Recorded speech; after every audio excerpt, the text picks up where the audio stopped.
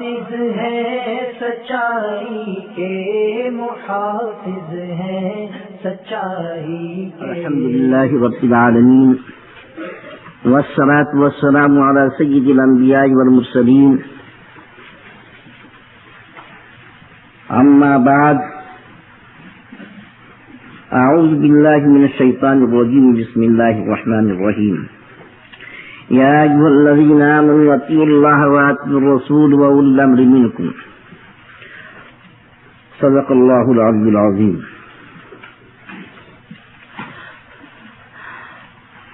عزیز طلبہ، آج کی یہ صحبت آپ کے ساتھ اس طرح پر یہ غالباً آخری صحبت ہے، اس لیے میں چاہتا ہوں کہ غیر مقلدیت کے سلسلے میں کچھ متفرق باتیں آپ کے سامنے رکھوں۔ بعض وہ تلبیسات جن کے ذریعے سے غیر مقلدین عوام کو گمراہ کرتے ہیں، ان سے آپ کو واقف کراؤں۔ کچھ ان کے ایسے موٹے موٹے مسائل جو عام طور پر وہ عوام کے سامنے نہیں لاتے ہیں، لیکن ان کی معتبر اور مستند کتابوں کے اندر وہ موجود ہیں۔ کچھ اس کے نمونے آپ کے سامنے ہوں، اور اسی طرح پر کچھ اعتقادات کے سلسلے کی باتیں ہوں، کچھ ان کے عقائد آپ کے سامنے آ جائیں۔ ظاہر بات ہے کہ یہ تمام چیزیں ایسی نہیں ہیں کہ ہر ایک کو سامنے رکھ کر کے کوئی طویل گفتگو کی جائے۔ مقصد صرف یہ ہے کہ کچھ نمونے آپ کے سامنے آ جائیں ان کے، اور کچھ چیزیں آپ کے ذہن کے اندر آ جائیں تاکہ آپ وقت ضرورت کام لیں۔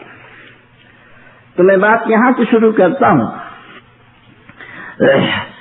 کہ غیر مقلدین عوام کو گمراہ کرنے کے لیے ایک شوشہ چھوڑتے ہیں جاہلوں میں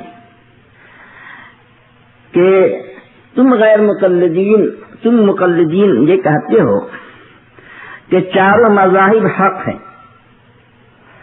حالانکہ یہ کیسے ہو سکتا ہے؟ اور عوام کے سامنے اس کو خوب نمایاں کرتے ہیں کہ دیکھو، حنفی مذہب میں فلاں چیز جائز ہے، شافعی مذہب میں ناجائز ہے، حنبلی مذہب میں یہ ہے، اور مالکی مذہب میں یہ ہے، اور اس کے باوجود یہ تمام کے تمام غیر مقلدین یہ کہتے ہیں کہ چاروں مذاہب حق ہیں۔ یہ چاروں مذاہب حق کیسے ہو سکتے ہیں؟ اس کو ہمارے یہاں بہت پھیلایا اور بہت سے لوگوں کو گمراہ کیا، اور آ کر کے وہ ہم لوگوں سے سوال کرتے ہیں کہ جب چاروں مذاہب کے اندر اختلافات ہیں، حتیٰ کہ حرام و حلال کا اختلاف ہے، تو چاروں مذاہب حق کیسے ہو جائیں گے؟ ہو سکتا ہے کہ اس طرح کی باتیں آپ کے سامنے بھی آئیں، اس لیے اس سلسلے میں ایک بات جو بہت اہم اور اصولی ہے اسے آپ کو نوٹ کر لینا چاہیے۔ حق کا اطلاق دو معنی پر ہوتا ہے۔ ایک حق کا مطلب اور معنی یہ ہوا کرتا ہے کہ کوئی چیز واقعے کے مطابق ہے۔ چاند نکلا ہے، کسی نے آ کر کے خبر دی کہ چاند نکلا ہے، تو اس کا یہ کہنا جو ہے واقعے کے مطابق کہا جائے گا کہ کلام حق قولہ حق، اس کے بعد حق ہے۔ زید سفر کر کے آیا ہے، کسی نے آ کر کے خبر دی کہ زید آ گیا ہے، اگر واقعات زید آیا ہے، اس نے آ کر کے بتلایا ہے، تو کہا جائے گا کہ اس کا کلام حق ہے۔ تو ایک حق کا تو مطلب یہ ہوا کرتا ہے کہ واقعے کے مطابق کوئی چیز ہو، اور ایک حق کا مطلب یہ ہوا کرتا ہے کہ شریعت کے مطابق کوئی چیز ہو، امر شارع اور حکم شارع کے مطابق کوئی کام کیا جائے، چاہے وہ واقعے کے مطابق ہو چاہے واقعے کے مطابق نہ ہو، لیکن امر شارع اور حکم شارع کے مطابق ہے تو وہ چیز حق ہے، اور شریعت کے نزدیک اسی کا اعتبار ہے۔ ہمیں اسی کا مکلف بنایا گیا ہے کہ ہم شریعت کے امر کے مطابق اپنی زندگی گزاریں. مثال کے طور پر 4 آدمیوں نے سفر کیا, رات اندھیری ہے, قبلہ مشتبہ ہے, تو اس سلسلے میں ہم چاروں پر شریعت کا کیا حکم ہے؟ شریعت نے ہمیں کیا حکم دیا ہے؟ تحری کرنے کا حکم دیا ہے. تحری کیا اتفاق کی بات یہ ہے کہ چاروں کا قبلہ الگ الگ ہو گیا, ہر ایک نے الگ الگ رخ کی طرف نماز پڑھی. تو یہ چاروں کی نماز شریعت کی نگاہ کے اندر جائز ہے کہ ناجائز, حق ہے کہ نہ حق, یہ اللہ کیا مقبول نماز ہے یا مقبول نماز نہیں ہے؟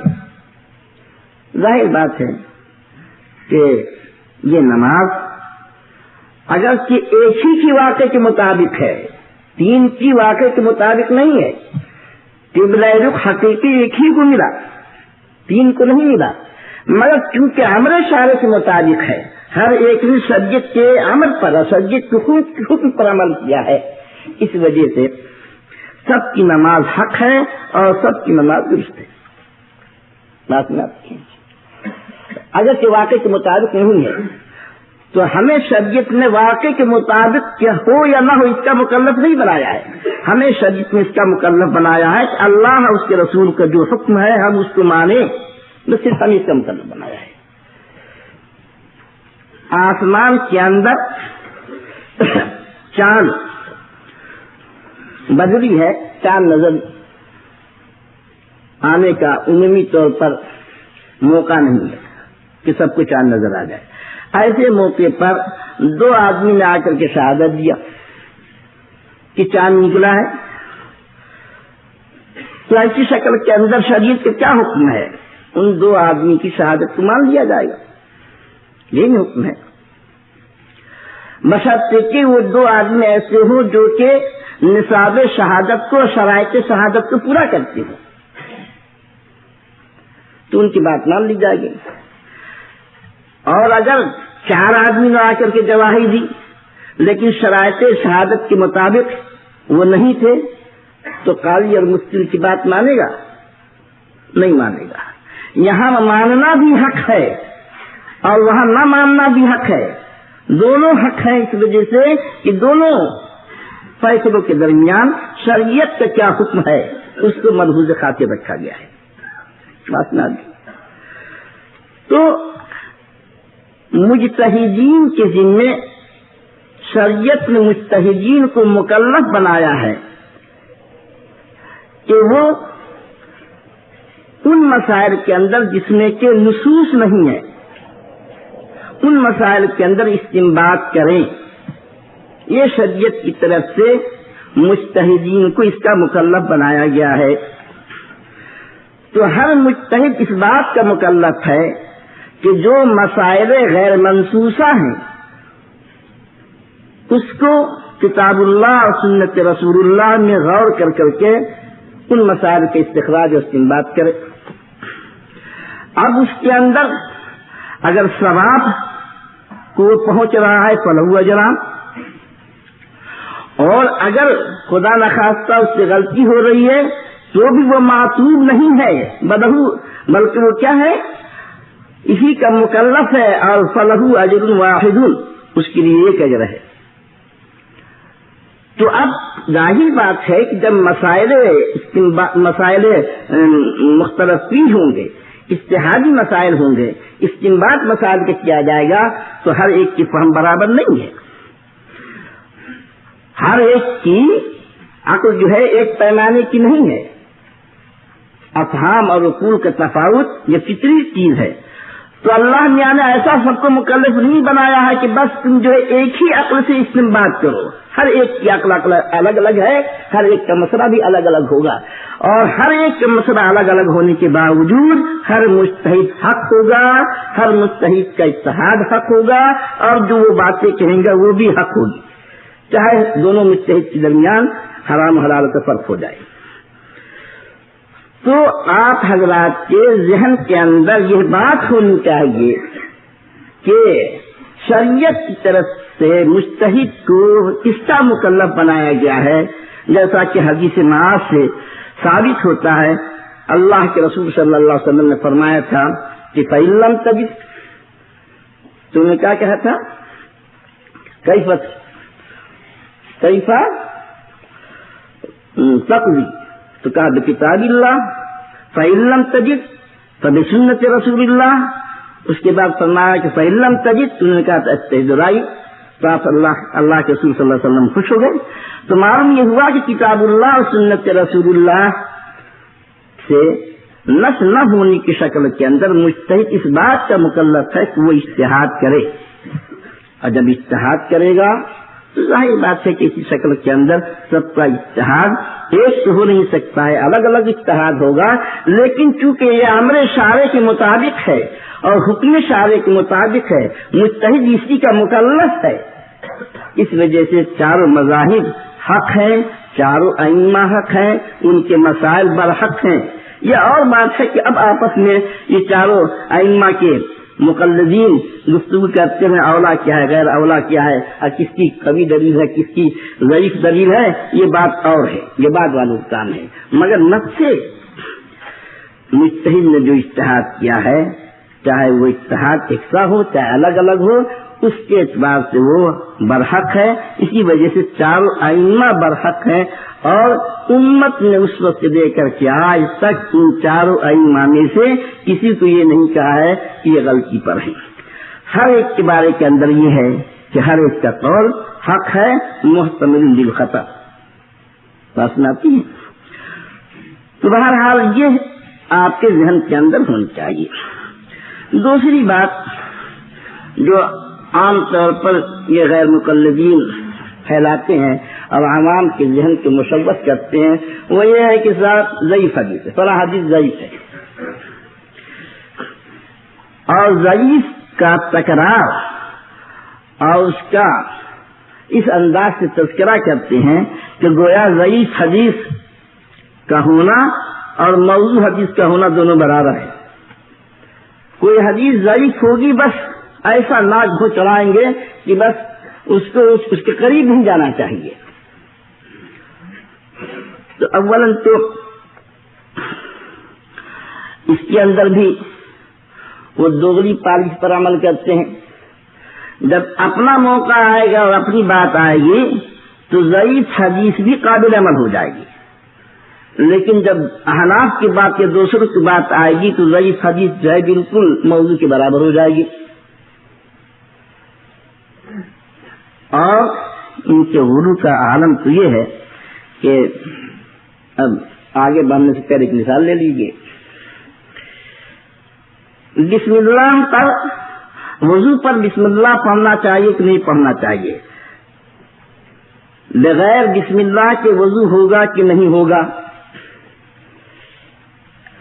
ترمذی شریف کی روایت ہے کہ اللہ کے رسول صلی اللہ علیہ وسلم نے فرمایا لا وضو لمن لم یذکر اسم اللہ علیہ، تو اس شخص کا وضو نہیں ہے جو اللہ کا نام نہ لے اور بسم اللہ نہ پڑھے۔ یہ حدیث ضعیف ہے، اور اس بارے میں جتنی احادیث ہیں ایک بھی صحیح حدیث نہیں ہے۔ اس سلسلے میں جتنی بھی احادیث ہے کوئی حدیث صحیح نہیں ہے۔ تو اگر یہ لوگ ضعیف حدیث سے اسی قدر جھجکنے والے ہوتے تو اس کا انکار کر دیتے، مگر ان کے غلو کا عالم یہ ہے کہ مولانا عبد الرحمن مبارک پوری نے اسی حدیث سے کیا ثابت کیا کہ وہ حدیث الباب یدل علی ان التسمیۃ فی الوضوء اما رکن او شرط، یہ کہا کہ یہ جو حدیث ہے حدیث باب لا وضوء لمن لم والی، یہ حدیث اس بات کو بتلا رہی ہے یدل علی ان التسمیۃ کہ بسم اللہ پڑھنا وضو کے اندر یا رکن ہے یا شرط ہے۔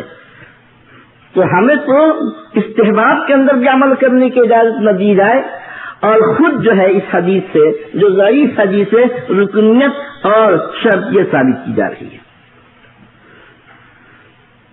بات میں آنے گئی ہے نا؟ یہ دوغلی پالیسی ہے، یہ دوغلی پالیسی جو ہے یہ گالی نہیں ہے، مت سمجھیے گالی ہے، مطلب یہ ہے کہ اپنے جو ہے اپنا وقت آ جائے تو ادھر کی لے لیں اور ہمارا وقت آ جائے تو صاحب، یہ مطلب ہے، یہ گالی نہیں ہے۔ اسی طریقے سے حدیث کے اندر آتا ہے کہ جو اذان کہے وہی اقامت کہے۔ حدیث میں کیا آتا ہے؟ ترمذی میں روایت ہے، جو اذان کہے وہی اقامت کہے۔ یہ حدیث ضعیف ہے، کوئی ایک سند بھی اس حدیث کی صحیح نہیں ہے، لیکن مولانا عبد الرحمن مبارک پوری جو ان کے امام المحدثین ہیں فرماتے ہیں کہ اس سے یہ معلوم ہوا کہ امام اذان وہی کہے گا، اقامت وہی کہے گا جس نے کہ اذان کہی ہو، اس لیے کہ یہ حدیث قانون کلی کو بتلانے والی ہے۔ تو گویا قانون کلی کا استنباط کیا جا رہا ہے ضعیف حدیث سے۔ اذان کے کلمات کو ٹھہر ٹھہر کر کے ادا کرنے چاہیے۔ اذان جب کہی جائے تو اس کے کلمات کو ٹھہر ٹھہر کر کے ادا کیا جائے۔ یہ حدیث کی کوئی سند صحیح نہیں ہے، کوئی سند صحیح نہیں ہے، مگر مولانا عبد الرحمن مبارک پوری کہتے ہیں کہ یہی جو ہے قانون ہے اور یہی شریعت کا اصول ہے کہ اذان کے اندر ترسل جو ہے مستحب ہے۔ بات سنانے لگی تو معلوم یہ ہوا کہ جب اپنا موقع آئے گا تو ضعیف حدیث کے اوپر عمل کرنا جائز ہوگا، احناف کے لیے ضعیف حدیث کے اوپر عمل کرنا ناجائز ہوگا۔ فتاوی نظیریہ میں مولانا میاں نذیر حسین دہلوی رحمۃ اللہ علیہ سے پوچھا گیا کہ ضعیف فتاوی ستاریہ میں، معاف کیجیے گا، فتاوی ستاریہ میں، یہ فتاوی ستاریہ مولانا عبد الوہاب صاحب کے صاحبزادے مولانا عبد الوہاب ملتانی دہلوی، ان کے لڑکے تھے مولانا عبد الستار، یہ دہلی کے اندر اپنے مدرسے کے شیخ الحدیث تھے، ان کا فتاوی 4 جلدوں کے اندر مرتب ہوا ہے۔ اس فتاوی ستاریہ کے اندر کسی نے پوچھا کہ کیا ضعیف حدیث کے اوپر عمل کیا جا سکتا ہے، تو جواب دیا کہ ہاں، ضعیف حدیث کے اوپر احکام میں بھی عمل کرنا جائز ہے۔ یہ فتاوی ستاریہ موجود ہے، اور فتاوی نظیریہ کے اندر کتنے موقع کے اوپر یہ لکھا ہے کہ یہ حدیث اگرچہ ضعیف ہے لیکن اس کے اوپر عمل کرنا جائز ہے۔ اور ایک عجیب بات، وہ عجیب اس لیے ہے کہ میاں صاحب اور چیرا صاحب دونوں زبردست غیر مقلدیت کے امام ہیں۔ میاں نذیر حسین دہلوی اور ان کے شاگرد رشید مولانا عبد الرحمن مبارک پوری، یہ دونوں بڑے۔ تو مسئلہ یہ ہے کہ محرم کے جو یوم عاشورہ ہوتا ہے، ایک مسئلہ ہے کہ بعض احادیث سے پتہ چلتا ہے کہ توسیع علی العیال کرنا چاہیے، کھانے پینے میں بچوں کو کھلانا پلانا چاہیے، اضافہ اچھا مرغ پلاؤ، بعض احادیث سے پتہ چلتا ہے۔ شیخ عبد القادر جیلانی رحمۃ اللہ علیہ نے بھی اس حدیث کو ذکر کیا ہے غنیۃ الطالبین میں۔ مولانا عبد الرحمن مبارک پوری سے سوال ہوا کہ ایسا کرنا جائز ہے کہ ناجائز، تو فرماتے ہیں کہ اس سلسلے کی تمام احادیث ضعیف ہے اور بعض تو تقریباً موضوع کے قریب ہیں۔ اور پھر فرماتے ہیں لیکن ان تمام احادیث کی روشنی میں معلوم یہ ہوتا ہے کہ عاشورہ کے دن کھانا اور پلانا اور بچوں پر توسیع کرنا اور اچھا کھانا پکانا یہ جائز ہے۔ یعنی اس کے اعتراف کے باوجود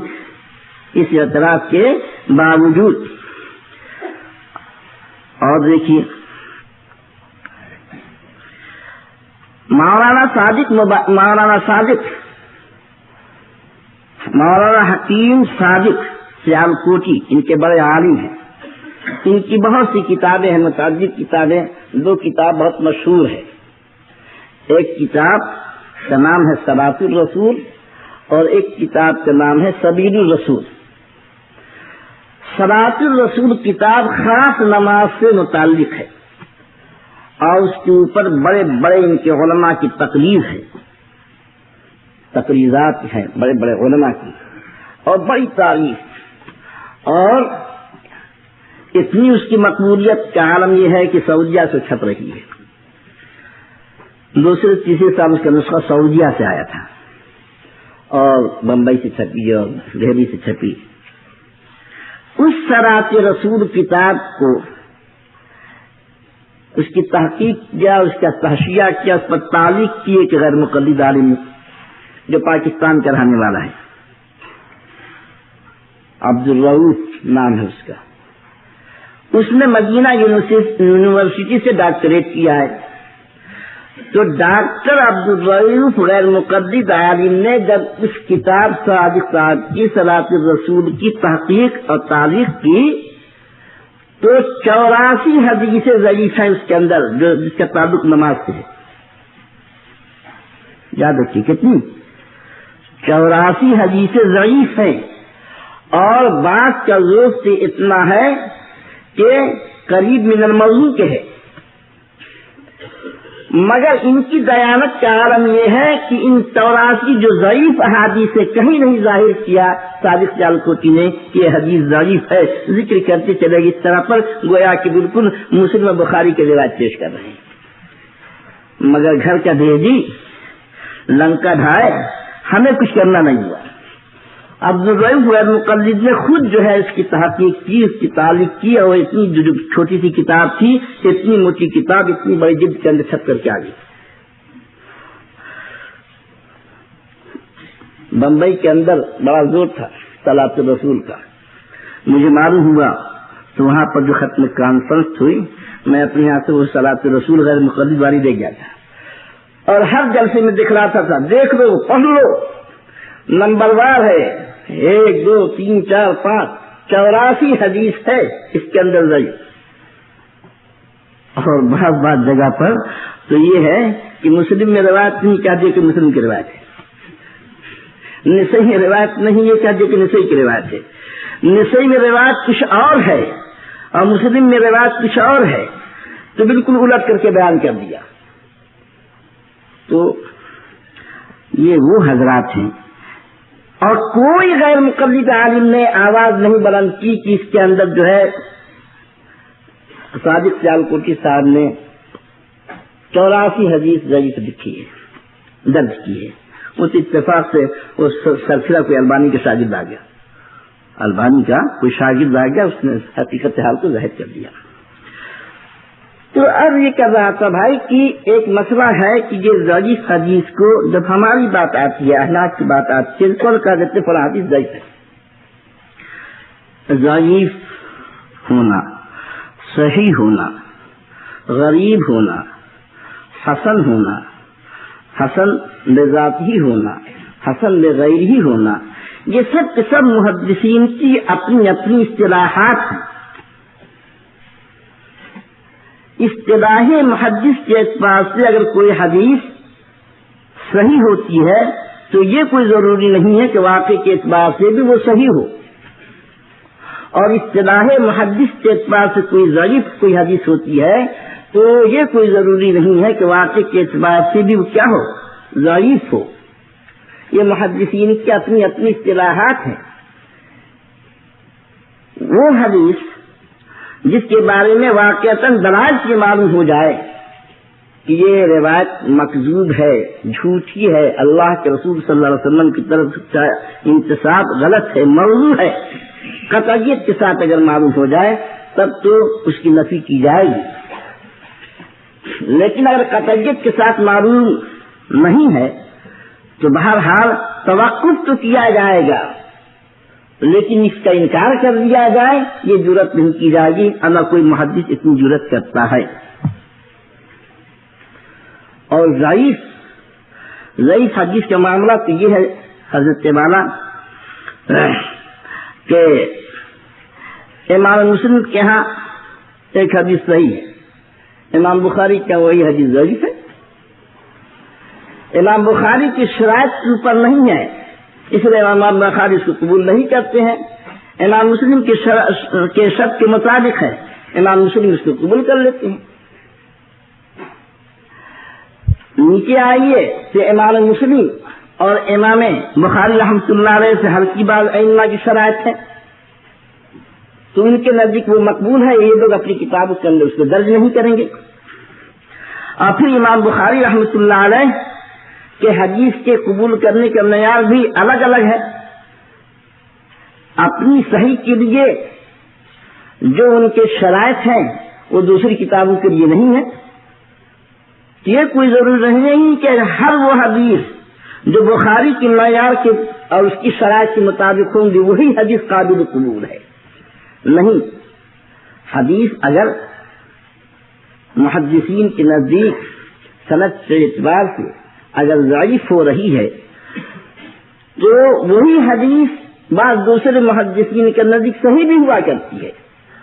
تو معلوم یہ ہوا کہ اس کا صحیح ہونا یا اس کا ضعیف ہونا یہ ایک اجتہادی امر ہے. جس طریقے سے مسائل فقہیہ کے اندر اجتہاد کو کہا نے کیا اور اس میں کسی کا کچھ مسئلہ ہوا کسی کا کچھ مسئلہ ہوا، اسی طریقے سے حدیث کا بھی معاملہ ہے. حدیث کے اندر بھی مجتہدین کا اجتہاد کرتا ہے. ایک مجتہد ایک راوی کے بارے میں کچھ رائے رکھتا ہے، دوسرا مجتہد اس راوی کے بارے میں کچھ رائے رکھتا ہے. تو کسی کے نزدیک کوئی حدیث ضعیف ہو جائے گی، کسی کے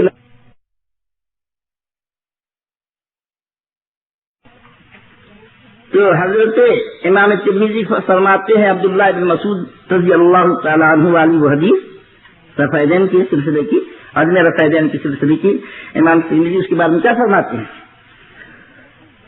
ترمذی نے کیا پڑھا ہے عدم رفع والی جب حدیث گزری عبداللہ بن مسعود والی، امام ترمذی نے کیا فرمایا کہ ھذا حدیث حسن، کیا فرمایا؟ یہ حدیث حسن ہے. اور اسی حدیث کو ابن حزم نے جب ذکر کیا تو فرمایا کہ ھذا حدیث صحیح.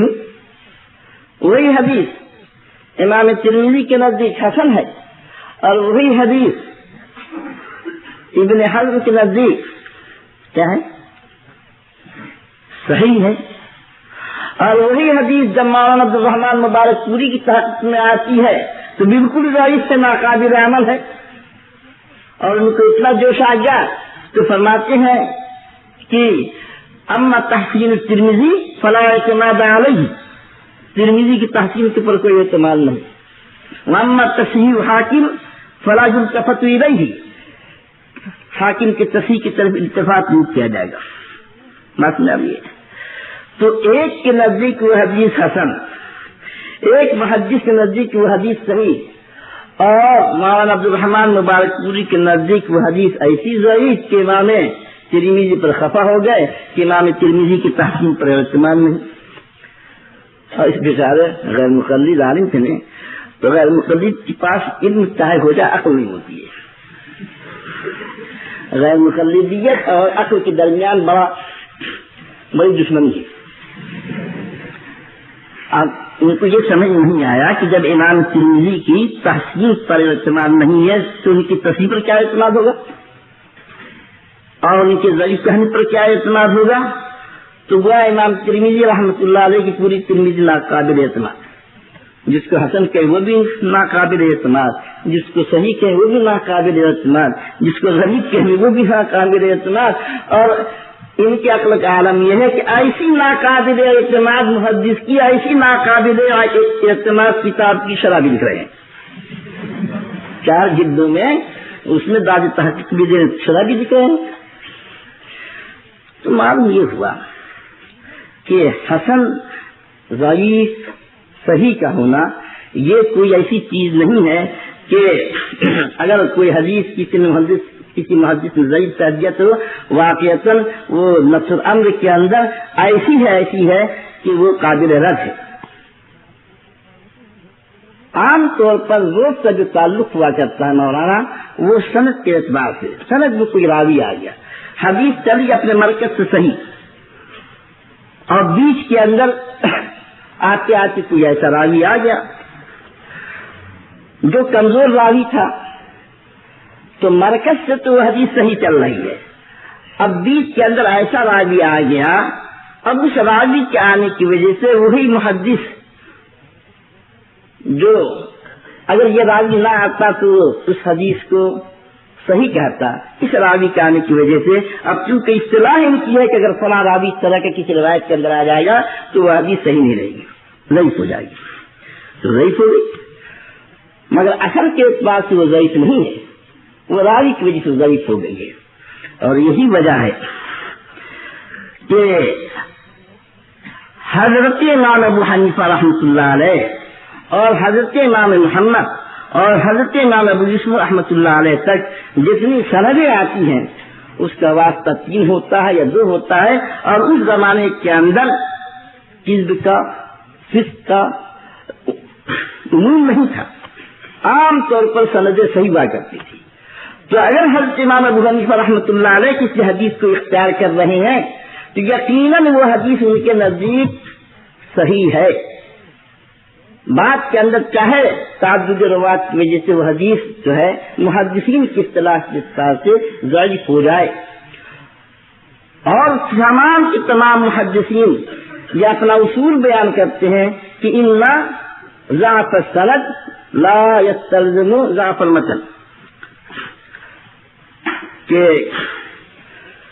سند کا ضعیف ہونا اس بات کی مستلزم نہیں ہے کہ متن بھی ضعیف ہو، اسی طریقے سے ان صحت السند لا يستلزم صحت المتن، کہ سند کا صحیح ہونا یہ کوئی ضروری نہیں ہے کہ اس کے ذریعے کہ متن بھی صحیح ہو، اس لیے ماہرین کے فیصلوں کو دیکھا جائے گا کوئی اختیار کر رہے ہیں کہ نہیں اختیار کر رہے ہیں، اس حدیث کو قبول کر رہے ہیں کہ نہیں قبول کر رہے ہیں، اگر اس حدیث کو قبول کرتے ہیں علماء اور فقہاء اور محدثین تو چاہے وہ حدیث سند کے اعتبار سے ضعیف ہو، لیکن اگر عمل ہے اہل علم کا اس کے اوپر اور فقہاء نے اس کو اختیار کیا ہے تو اس کا مطلب یہ ہے کہ وہ حدیث صحیح ہے اور قابل عمل ہے، لاکھ لوگ کہیں کہ حدیث ضعیف ہے اس کی طرف گویا کہ اتفاق نہیں کیا جائے گا۔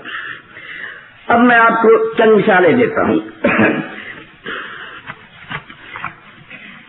کہ حدیث ضعیف ہے لیکن محدثین نے اس کو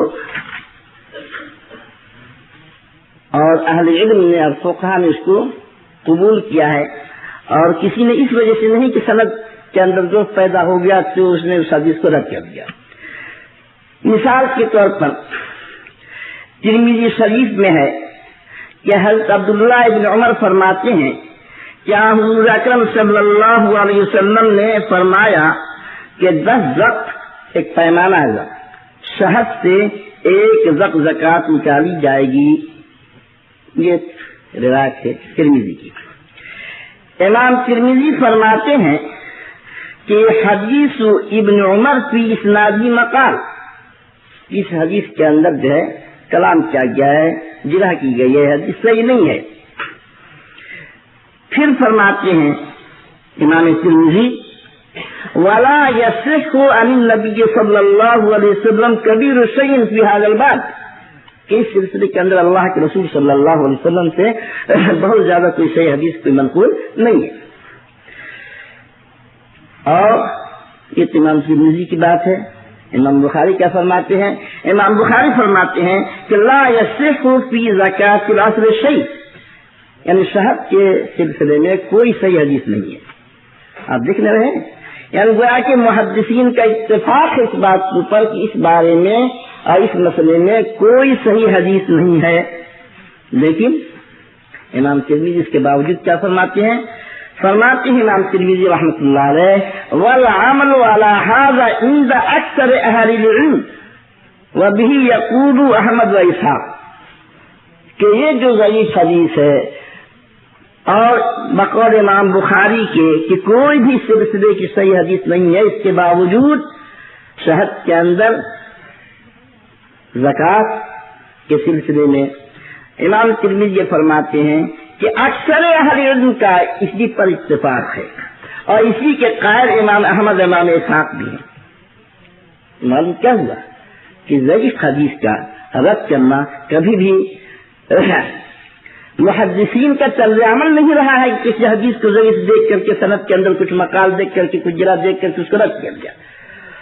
اور آپ کو یہ بتلا دوں کہ جب محدثین یہ چاہتے ہیں کہ والعمل علی ھذا عند اکثر اہل علم، تو عام طور پر جب اہل علم کا اطلاق کیا جاتا ہے تو اس سے محدثین اور فقہاء ہی مراد ہوا کرتے ہیں۔ تو گیا معلوم ہوا کہ اکثر فقہاء اور محدثین کا اسی کے اوپر عمل رہا ہے، اور امام احمد اور امام اسحاق جیسے جلیل القدر ائمہ محدثین نے اس کے اوپر عمل کیا۔ بات کی سمجھ آ رہی ہے؟ دوسری مثال لیجیے،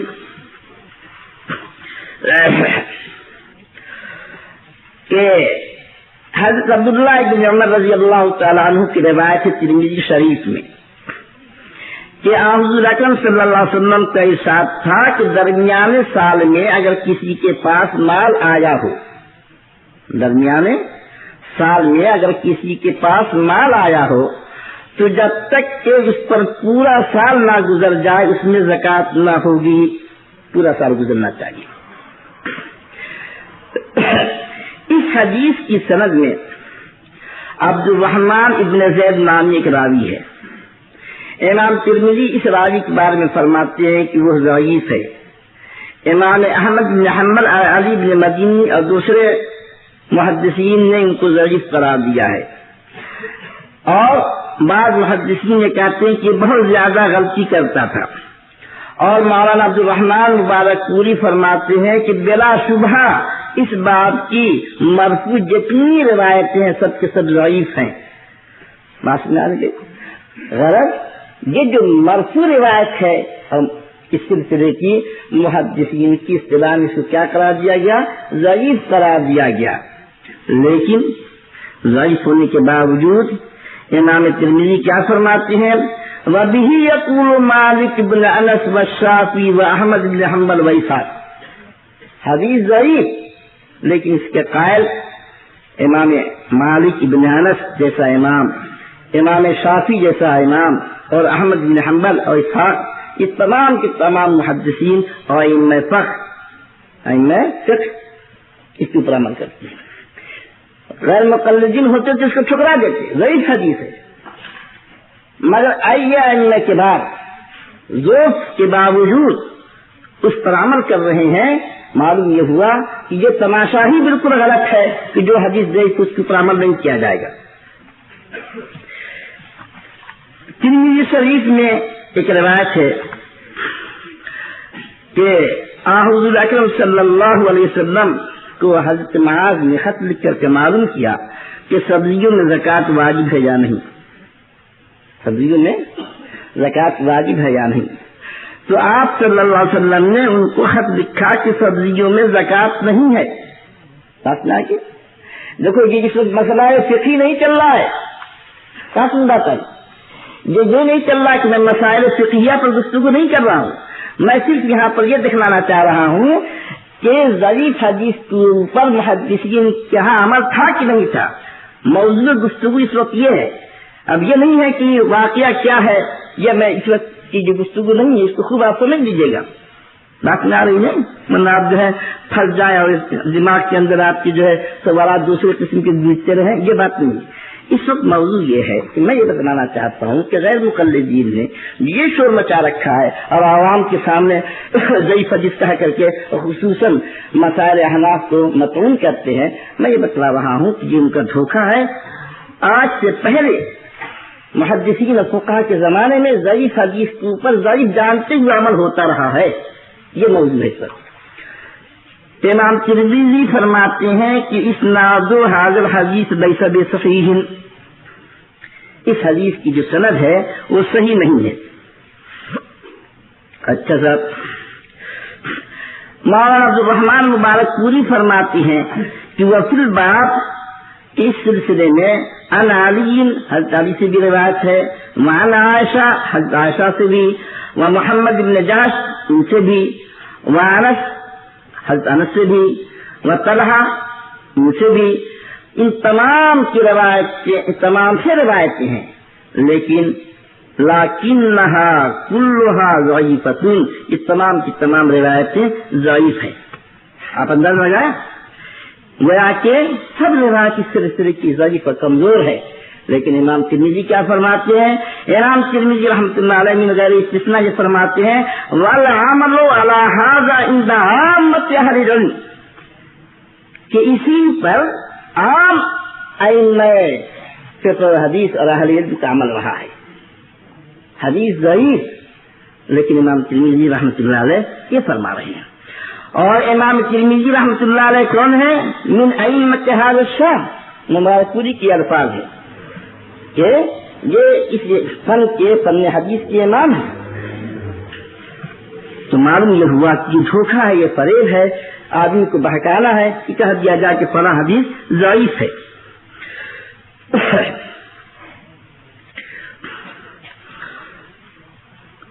تو کیونکہ تھوڑی سی اور بھی گفتگو کرنی ہے اور وقت جو ہے بڑھتا چلا جا رہا ہے، اس وجہ سے ایک مثال اور آپ لے لیجئے، اور اس کے بعد جو ہے چونکہ شعبان کا زمانہ آ رہا ہے، شعبان کا زمانہ آ رہا ہے اور نصف شعبان کی رات بھی آنے والی ہے. اور آج کل غیر مقلدین کہتے ہیں کہ نصف شعبان کا روزہ رکھنا بھی مکروہ، رات میں جاگنا بھی مکروہ، تلاوت کرنا بھی مکروہ، عبادت کرنا بھی مکروہ.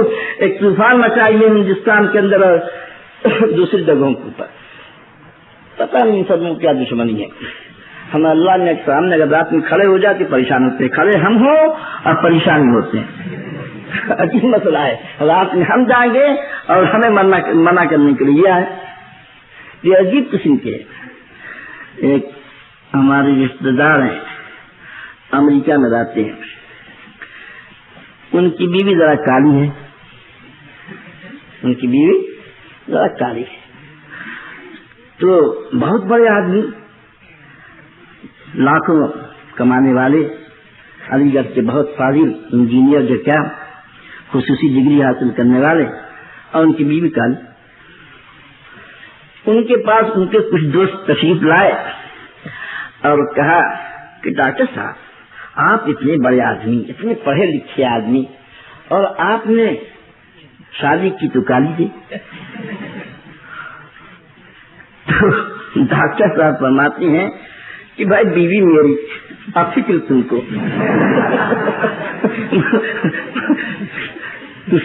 مجھے تو پسند ہے، اپنے نہ پسند ہے. فکر آپ کر رہے ہیں، مجھے فکر ہونی چاہیے مگر فکر آپ کر رہے ہیں. تو ہم اگر سر پر ٹوپی رکھ کر کے نماز پڑھیں تو ان کو فکر ہوتی ہے کہ سر پر ٹوپی رکھ کر کے نماز پڑھتے ہیں، ننگے سر کیوں نہیں نماز پڑھتے ہیں. ہم اگر اللہ اللہ کریں تو ان کو فکر ہوتی ہے ارے اللہ کے بندے تمہیں اگر توفیق نہیں مجھ سے اللہ اللہ کرنے کی مت کرو. مگر ہر اچھا کام اگر آپ کریں تو فکر ان کو ستاتی ہے. یہ ایسے بدتوفیقے ہیں. میں کیا بتلاؤں، سب اس لیے کہہ رہا ہوں کہ آپ حضرات کے ذہن میں بات رہے. ساری امت رمضان المبارک کی ہر رات کو اپنی زندگی کا قیمتی سرمایہ سمجھتی ہے اور اس کی ہر ساتھ کو اللہ کی رحمت کا ذریعہ سمجھتی ہے. خود اللہ کے رسول صلی اللہ علیہ وسلم نے رمضان کی راتوں میں جاگنے کے اہتمام فرمایا. خصوصاً عشر اخیر کے اندر تو آپ صلی اللہ علیہ وسلم کا حال عجیب ہو جاتا تھا کہ شد مئزرہ وایقظ اہلہ واحیا لیلہ، یہ حال ہو جاتا تھا. لیکن ان غیر مقلدین کا حال کیا ہے؟ ان کو بڑی تکلیف ہوتی ہے. صرف یہی نہیں کہ 20 رکعت تراویح سے تکلیف ہوتی ہے، رات میں اگر آپ جاگیے اس سے بھی تکلیف ہوتی ہے. چنانچہ صادق سیالکوٹی نے اپنی کتاب اسی صلاۃ رسول کے اندر تراویح کے بیان کے اندر یہ لکھا کہ تراویح کی نماز عشاء کے بعد 8 رکعت ہے. اللہ کے رسول صلی اللہ علیہ وسلم بڑے شفیق تھے امت کے اوپر. چونکہ دن کے اندر امت کو روزہ رکھنا تھا، اس لیے اللہ کے رسول صلی اللہ علیہ وسلم نے امت پر تخفیف کرتے ہوئے عصر کا تراویح پڑھنے کے بعد اس سے کہا دیا کہ خاموشی سے آرام سے سو جاؤ، رات بھر آرام کرو، اور تاکہ دن کے اندر روزہ کے لیے تازہ دم ہو جاؤ۔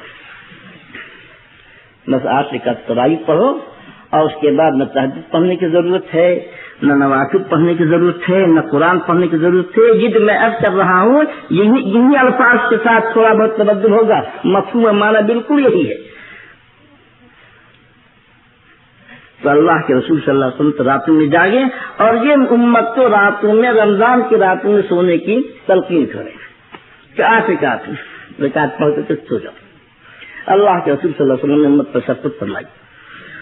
تو بہرحال میں یاد کر رہا تھا کہ جب کچھ اچھا کام کیا جائے اور اگر شریعت کی روشنی میں اصول کے تحت رہ کر کے اچھا کام کیا جا رہا ہے تو اس پر امت نے نکیر نہیں کیا ہے۔ مگر یہ عجیب قوم ہے کہ آج جو ہے نماز روزہ پر بھی اس کی نکیر ہے، اللہ اللہ کرنے پر بھی نکیر ہے، راتوں کو جاگنے پر بھی نکیر ہے۔ مثلا آج کل بڑے زور و شور کے ساتھ شعبان جب قریب آتا ہے کہ ہندوستان پاکستان کے اندر باقاعدہ تقریریں ہوتی ہیں، پمپلیٹ چھپتے ہیں کہ رمضان شعبان کی رات کی کوئی فضیلت نہیں ہے، اس میں جاگنا بدعت ہے، اس میں جاگنا بدعت ہے۔ تو اب سنیے اس سلسلے کی بات سن کر کے آگے بات بڑھایا جائے۔ نصف شعبان کی رات کی شریعت میں کوئی فضیلت ہے یا نہیں؟ امام ترمذی نے اس بارے میں حضرت عائشہ رضی اللہ تعالی عنہا کی ایک حدیث ذکر کی ہے جس میں حضور اکرم صلی اللہ علیہ وسلم کا بقیع مبارک میں جانے کا ذکر ہے۔ آپ سے یہ فرمان موجود ہے کہ خداوند قدوس نصف شعبان کی شب میں آسمانی دنیا کی طرف نزول فرماتا ہے اور بے شمار لوگوں کی مغفرت فرماتا ہے۔ یہ روایت ہے، امام ترمذی نے اس کو ذکر کیا۔ اب محدثین کا فیصلہ دیکھیے کیا ہے۔ یہ حدیث ضعیف ہے، امام بخاری بھی اس کو ضعیف قرار دیتے ہیں، اور اس باب میں جتنی بھی حدیثیں ہیں سب ضعیف ہیں۔ بات آ رہی ہے، کوئی حدیث صحیح نہیں ہے، سب ضعیف ہے۔ لیکن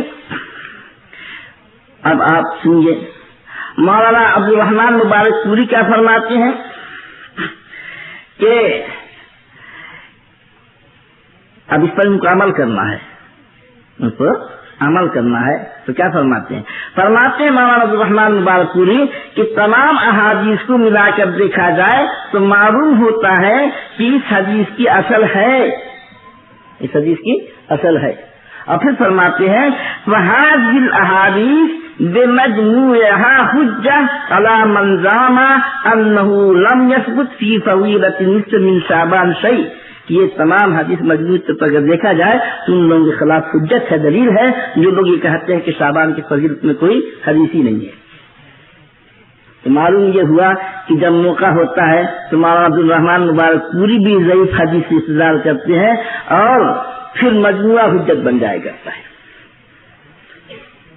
تو میرے بھائی اب یہ کر رہا تھا کہ کبھی اس سے آدمی کو دھوکہ نہیں کھانا چاہیے کہ فلانی حدیث کو محدثین نے ضعیف قرار دیا ہے، بلکہ یہ دیکھا جائے گا کہ اگر اس حدیث کے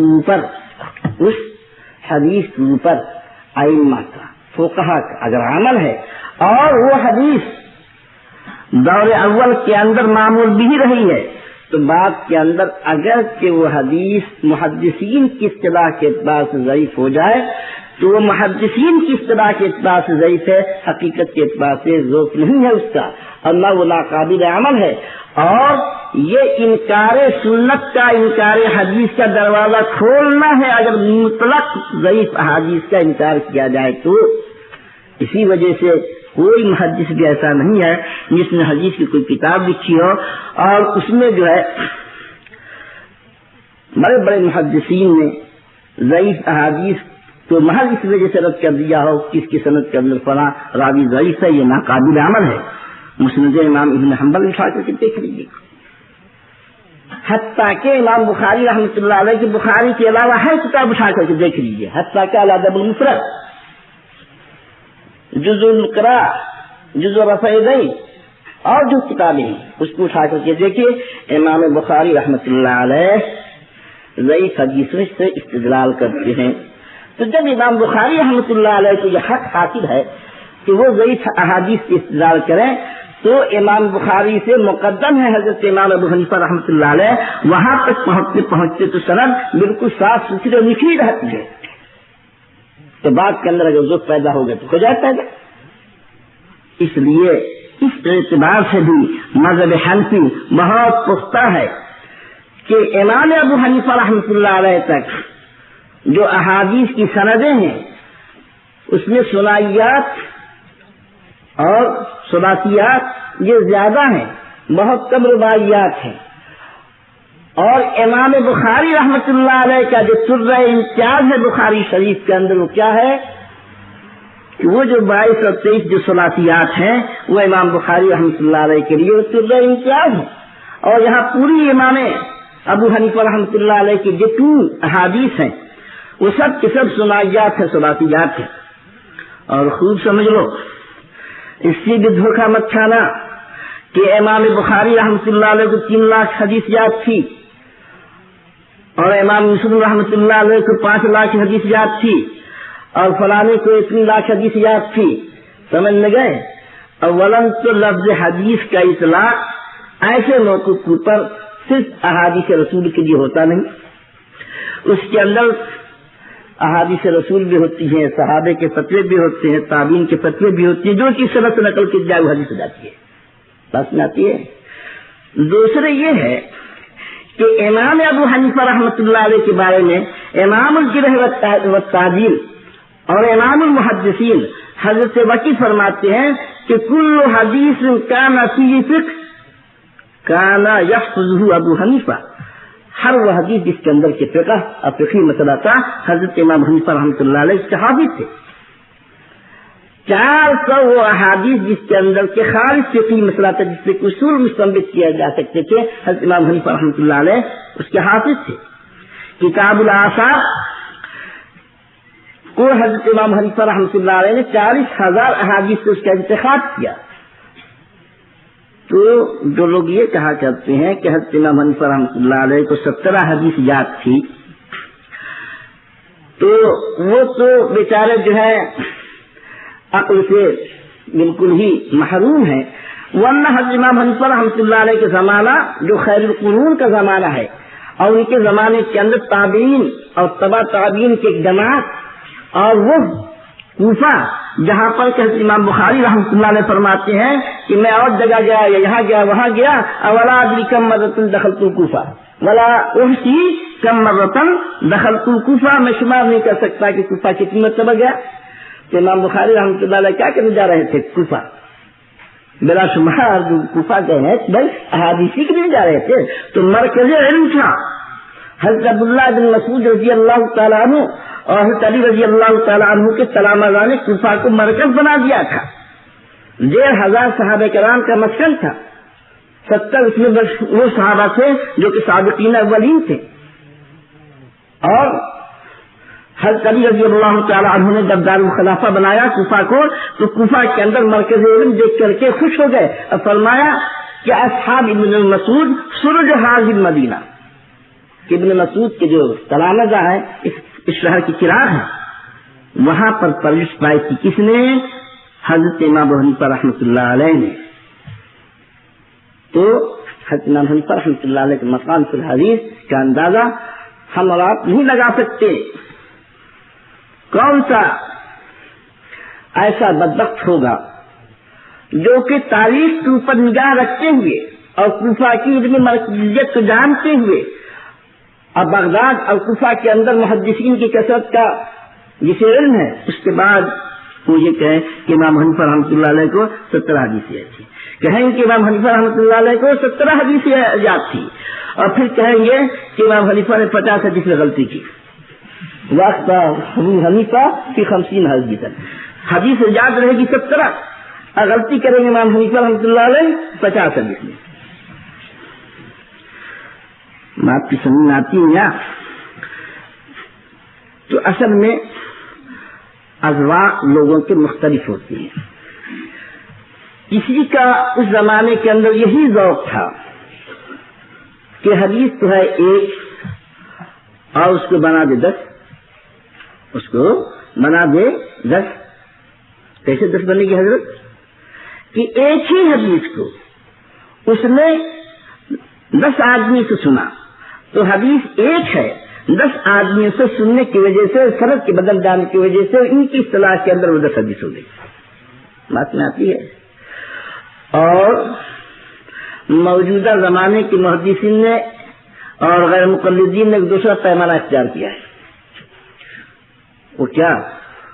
وہ فرضی پیمانہ. مولانا فضل الرحمان صاحب اللہ آپ کو جزائے خیر دے، یہ پیمانہ آپ بھی سن لیجیے. میں نے ایک مضمون لکھا قربانی کے ایام کتنے دن. تمام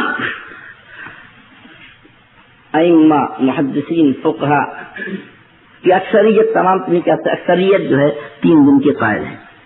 امام شافعی رحمۃ اللہ علیہ سے منقول ہے کہ وہ 4 دن کے قائل ہیں اور غیر مقلدین بھی. تو اس پر اگر مجھ سے سوال ہوا کہ میں نے زمزم پرچے میں لکھا اور اپنے دلائل دیے.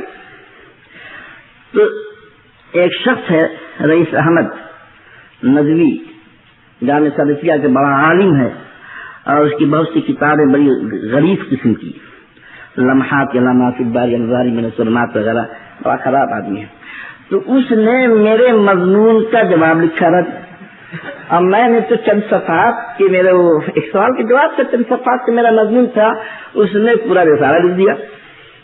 اور اولاً تو اس نے اس کا ہمیں خوب ماں بہن کی سنائی، خوب گالیاں دی، اور اس کے بعد کہتے ہیں ایک حدیث ذکر کیا اور پھر فرمایا کہ اس حدیث کی سند کو اگر 100 فرض کیا جائے، چل اس کے اندر اس حدیث کی کوئی 100 سند صحیح فرض کیا جائے تو گویا کہ یہ 100 حدیث ہو گئی ہے. اس لیے ہمارے مسلک کو بتلانے والی 100 حدیث ہے. فرض کر لیا جائے. اس نے کہا کہ اگر فرض کر دیا جائے کہ اس حدیث کی صحیح سند 100 ہے تو ہمارے مسلک کو بتلانے والی 100 حدیث ہے. بعض محدثین نے ایک حدیث کو 100 سندوں سے حاصل کیا اور بعض محدثین نے ایک حدیث کو 500 سندوں سے حاصل کیا. حدیث ایک ہے اور اس کو حاصل کیا 500 سندوں سے، وہی ایک حدیث 500 ہو گئی.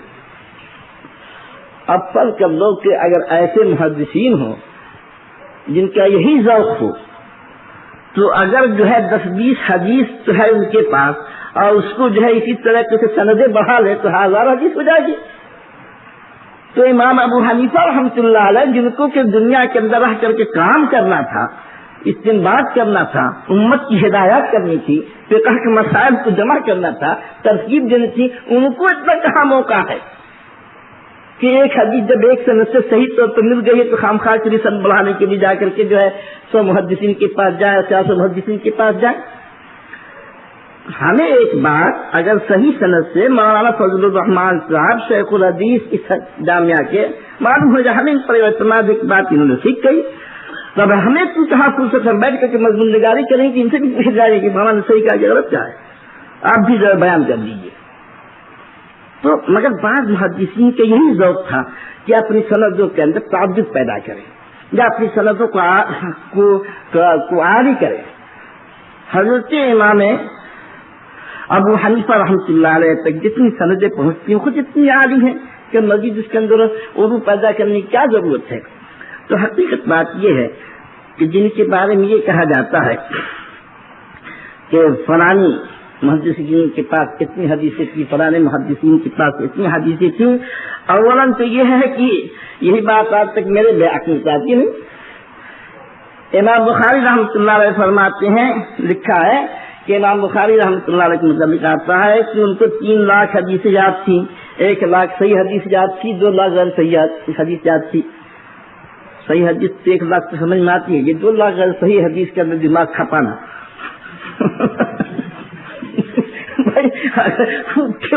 آدمی جو ہے اگر ان کا ایک ذوق تھا، لیکن اب سوچو نہیں کہ 2 لاکھ غیر صحیح حدیث کو یاد کرنا کہ کون سا کمال کی بات ہے بھائی؟ اگر کوئی کمال کی بات ہے تو ہو سکتا ہے کہ اپنے اپنے ذوق کے اعتبار سے کمال کی بات ہو، لیکن امام حنیفہ کی عقل کے اندر یہ کمال نہیں آتا کہ خام خواہ کے 2 لاکھ غیر صحیح حدیث یاد کریں. وہ تو کان یحفظ کل حدیث صحیح فی فقہ، وہ تمام ان احادیث کو یاد رکھتے تھے جس کے اندر کی فقہ ہوا کرتی تھی. تو امام بخاری رحمۃ اللہ علیہ یا اور محدثین نے جو 3 لاکھ 4 لاکھ 5 لاکھ حدیث ہے، تو کیا حدیث کا متن اتنا ہے؟ احادیث جو اس کا متن جو ہے زیادہ سے زیادہ جو احادیث کا متن بیان کیا گیا تقریب وغیرہ کے اندر وہ 14,000 کتنا متن ہے اصل حدیث 14,000. اب اسی 14,000 کو 14 لاکھ کوئی بنا دے، یا پھر یہ ہے کہ اس میں صحابہ کرام اور ان کے فتاوے یا پھر تبع تابعین کے فتاوے سب ملا کر کے مصنف عبد الرزاق اٹھا کر کے دیکھیے، مصنف ابن ابی شیبہ اٹھا کر کے دیکھیے، یہ تمام کو احادیث کی کتابیں کہا جاتا ہے. نام الگ الگ ہے، کسی کا مسلم نام ہے، کسی کا مصنف نام ہے، کسی کا موجب نام ہے، نام تو الگ الگ ہے، لیکن سب احادیث کی کتابیں ہیں. لیکن اس کے اندر آپ جا کر کے دیکھیے، اللہ کا توفیق ان کا مطالعہ کیجیے، اس میں کتنی مرفوع روایتیں ہیں.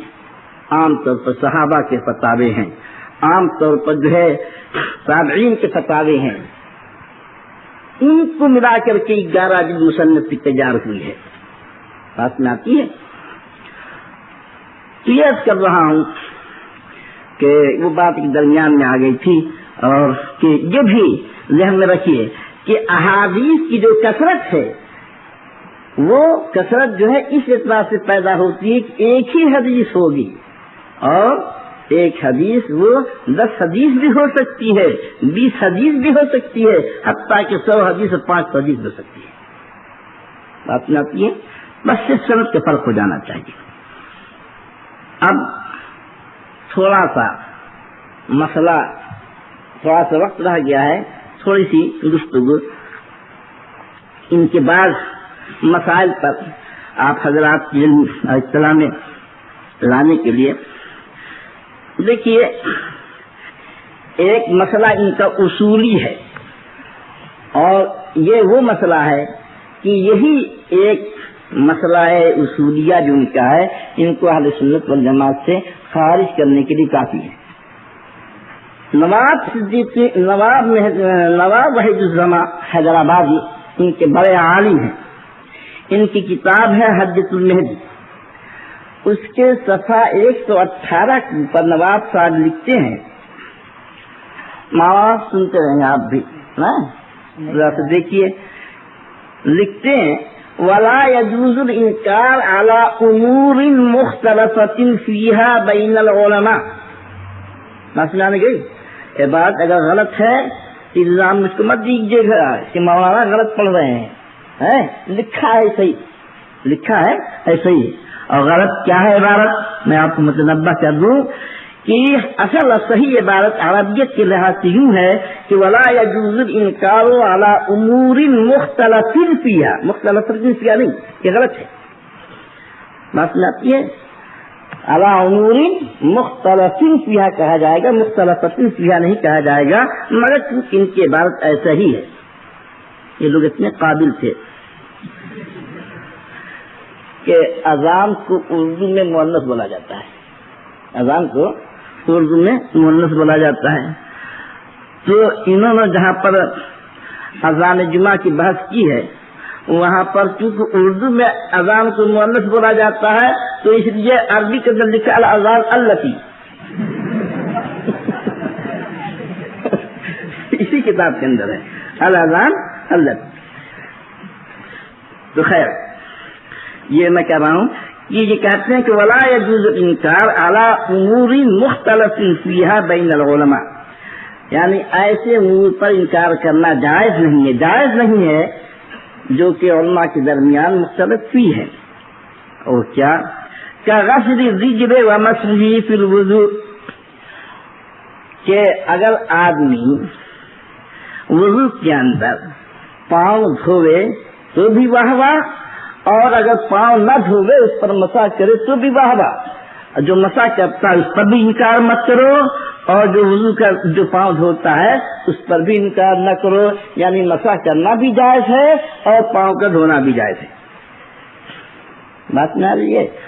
حالانکہ تمام امت کا یہ فیصلہ ہے کہ وضو کے اندر پاؤں کو دھلا ہی جائے گا سوائے شیعوں کے، تو چونکہ ان کا مسلک جو ہے یہ شیعوں سے بہت قریب ہیں، سمجھ گئے، اس وجہ سے یہ بہت سی باتیں ان کی شیعوں والی ہوتی ہیں۔ اب پتہ نہیں میں وہاں تک پہنچوں گا کہ نہیں پہنچوں گا، اس لیے جو ہے تھوڑا سا اس کو چھوڑ کر کے ایک مسئلہ ان کا بیان کر دیتا ہوں۔ تمام امت کے نزدیک 4 سے زیادہ شادی کرنا جائز نہیں، وقت واحد کے اندر 4 سے شادی زیادہ کرنا جائز نہیں۔ غیر مقلدین حضرات کے مجدد سلفیت الذي كان قد جدد السلفية في الهند وكان ناشرا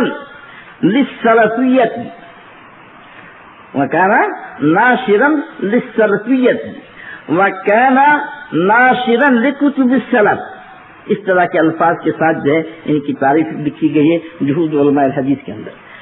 مولانا نواب صدیق حسن خان صاحب نے اپنی کتاب عرف الجادی کے اندر اس مسئلے کو ذکر کیا، تو یہ فرماتے ہیں کہ ہمیں یہ کہہ رہا تھا کہ تمام امت کے نزدیک 4 سے زیادہ شادی کرنا جائز نہیں۔ اب شیعوں نے کیا کہا کہ 4 سے زیادہ شادی کرنا جائز ہے، اور ان کے نزدیک 9 سے شادی کی جا سکتی ہے، 9 تک گنجائش ہے۔ خوارج زیادہ سے آگے بڑھے اور انہوں نے کہا کہ 18 تک وقت واحد میں شادی کی جا سکتی ہے، 18 تک وقت واحد میں شادی کی جا سکتی ہے۔ یہ مذہب جو ہے تفسیر مظہری میں شاہ مولانا قاضی ثناء اللہ صاحب امرسری رحمۃ اللہ علیہ نے ذکر کیا کہ شیعوں کے نزدیک 9 اور خوارج کے نزدیک 18، اور ان غیر مقلدین کے ان عالم کے نزدیک یعنی مولانا نواب صدیق حسن خان صاحب کے نزدیک کہتے ہیں کہ کوئی حصر نہیں ہے، بلا کسی حصر کے جتنی چاہے اتنی شادی کی جا سکتی ہے، نہ 4 کا حصر، نہ 9 کا حصر، نہ 18 کا۔ اور فرماتی یہ ہے کہ جو یہ کہتا ہے کہ 4 سے زیادہ شادی کرنا حضور اکرم صلی اللہ علیہ وسلم کی خصوصیت تھی، تو دعوائے اختصاص مفتقر بدلیلت، کیا حضور اکرم صلی اللہ علیہ وسلم کے ساتھ خصوصیت کا دعویٰ کرنا یہ دلیل کا محتاج ہے۔ تو ان کے نزدیک ایک مسئلہ یہ بھی ہے، تو اس سلسلے میں شیعوں سے بھی آگے بڑھ گئے، عجیب عجیب دماغ کے ہیں۔ سارے علماء کے نزدیک اور تمام اہل سنت والجماعت کے نزدیک مسئلہ یہ ہے کیا کہ اگر کوئی مستر ہو جائے تو حرام کھانا بقدر سد رمق جائز ہے۔ اتنی ہے مسئلہ مولانا کہ اتنا جائز ہے، ولا باغین ولا غیر باغین ولا عادی، قرآن کے اندر ہے۔ مگر ان کے نزدیک کیا ہے؟ جازا للمستر ان یأکل المحرم حتی الشرع، کہ مستر کے لیے حرام کھانا پیٹ بھر کے کیا آسودہ ہونے تک جائز ہے۔ یہ نزل ابرار کے اندر لکھا ہے، قرآن کے بالکل حکم کے خلاف۔ تو ان کے اور بھی اسی قسم کے عجیب عجیب مسائل، یہ احناف کے مسائل کو دیکھتے ہیں۔ در مختار میں یہ لکھا ہے، بہشتی زیور کے اندر یہ لکھتا ہے، مجھ سے کہا کہ بہشتی زیور کے اندر لکھا ہے کہ اگر انگلی کے اندر پیخانہ لگ جائے تو اس کو چاٹ لیا جائے تو انگلی پاک ہو جاتی ہے۔ اور اس کی میرا اگر ابانی نے ویڈیو کیسٹ تیار کر کے دیکھو یہ تمہاری بہشتی زیور ہے، اس کے اندر تھانوی نے یہ لکھا ہے کہ انگلی کے اندر پیخانہ لگ جائے تو اس کو چاٹ لیا جائے تو انگلی جو پاک ہو جائے گی۔ میں گیا اندور، مجھ سے لوگوں نے کہا کہ مولانا یہ مسئلہ اتنے بڑے کم وقت ہوتے ہیں اسی قسم کے مسئلہ نکالتے ہیں. اندور کی مجلس کے اندر ایک اجتماع ہوا اور مسئلہ یہی آ گیا. میں نے کہا کہ ہم اس وقت سمجھیں گے کہ ہمارا یہ مسئلہ غلط ہے اور تم اس مسئلے کے غلط ہونے پر غلطی ثابت کرنے کے اندر تم سچے ہو کہ تم اپنا صحیح مسئلہ بیان کرو کہ تمہارے نزدیک اگر پیخانہ لگا ہوا کوئی آدمی انگلی اپنی کاٹ لے تو تمہارے نزدیک پاک ہوگا کہ ناپاک. تمہارا مسئلہ صحیح کیا ہم کو بتلا دو. غیر مقلد بیٹھے ہوئے تھے. میں نے کہا کہ ہمارا مسئلہ اس وقت غلط ہوگا جب کہ تم اس کی جگہ پر کوئی صحیح مسئلہ بتلاؤ یہ مسئلہ صحیح ہے تب ہم سمجھیں کہ ہمارا مسئلہ غلط ہے. تو ہم تم سے یہ فتویٰ پوچھ رہے ہیں کہ اگر تم نے اپنے پیخانے تم نے اپنی انگلی پیخانے کے اندر ڈبو لی اور تم نے کاٹ دیا تو چاہے تمہارا منہ گندا ہوا تمہاری انگلی پاک ہے کہ نہ پاک میں نے بتلاؤ پیسہ میں نے کہا نہ اس کا فیصلہ کرنا ہوگا. بات جو ہے تم لوگ عوام کو گمراہ کرتے ہو کم وقت فیصلہ کر کے بتلاؤ کہ نہ پاکی کے پاس بھاگے کوئی جواب نہیں دے سکتے. تو جو چیز ایسی ہوتی ہے کہ حادثاتی طور پر کبھی کبھی کسی وجہ سے پاگل ہے کوئی مجنون ہے کوئی دیوانہ کوئی بچہ ہے کہ کبھی ایسا کوئی بات ہو گئی یا ہم کو تو پیش آنے والی بات تو ہے نہیں مگر بہرحال شریعت تو شریعت ہے اس کو تو ہر طرح کے مسائل بیان کرنا ہے. تو اب وہ ڈھونڈ کر کے جو ہے ایسا مسئلہ لے کر کے آتے ہیں عوام کو برگشتہ کرنے کے لیے اور پریشان کرنے کے لیے. تو بہرحال اسی قسم کے مسائل ہوتے ہیں. تو دیکھیے میں کیا کہہ رہا تھا کہ ان کا ایک مسئلہ یہ ہے ان کا جو اصول ہے والتوسل بالاموات فی الدعاء. اگر کوئی آدمی دعا کے اندر اموات سے توسل کر رہا ہے تو کہتے ہیں کہ اموات سے توسل کرنے پر انکار نہیں کرنا چاہیے. اور ان کا مسئلہ یہ ہے دوسروں سے چھپاتے ہیں. غیر مقلدین نے اپنی کتابوں کو غائب کر دیا. یہ نزول الابرار اور حدیث المہدی اور کنز الحقائق یہ کتابیں جو ہے آپ ہندوستان پاکستان میں تلاش کیجیے نہیں ملے گی کتاب غائب کر دیا کتابوں کو. اس سے اللہ بھلا کرے ہمارے علماء کا پاکستان کی جب انہوں نے دیکھا کہ کمبختوں نے تنگ کر رکھا ہے تو انہوں نے خود اپنے پیسے سے ان کتابوں کو شائع کر دیا. ان کتابوں کو اپنے پیسے سے شائع کیا. تو اسی کہتے ہیں کہ وقت توسل بالاموات فی الدعاء اس پر انکار نہیں کرنا چاہیے یہ بھی جائز ہے. والدعاء من اللہ عند قبور الاولیاء والانبیاء کہ انبیاء اور اولیاء کے قبر کے پاس دعا کرنا یہ بھی ایسی چیز ہے کہ اس پر انکار نہیں کرنا چاہیے یہ بھی جائز ہے اور انکار کرو گے تو ناجائز ہے. وَإِرْسَالِ الْيَدَيْنِ فِي الصَّلَاةِ نماز چھوڑ کر کے ہاتھ چھوڑ کر کے کوئی نماز پڑھ رہا ہے اس پر انکار نہیں کرنا چاہیے. اور ذرا سا کان میں انگلی ڈال لیجیے تاکہ ہلکے سے سنائی دے. فرماتے ہیں وَوَطْيِ الْأَزْوَاجِ وَالْإِمَاءِ فِي الدُّبُرِ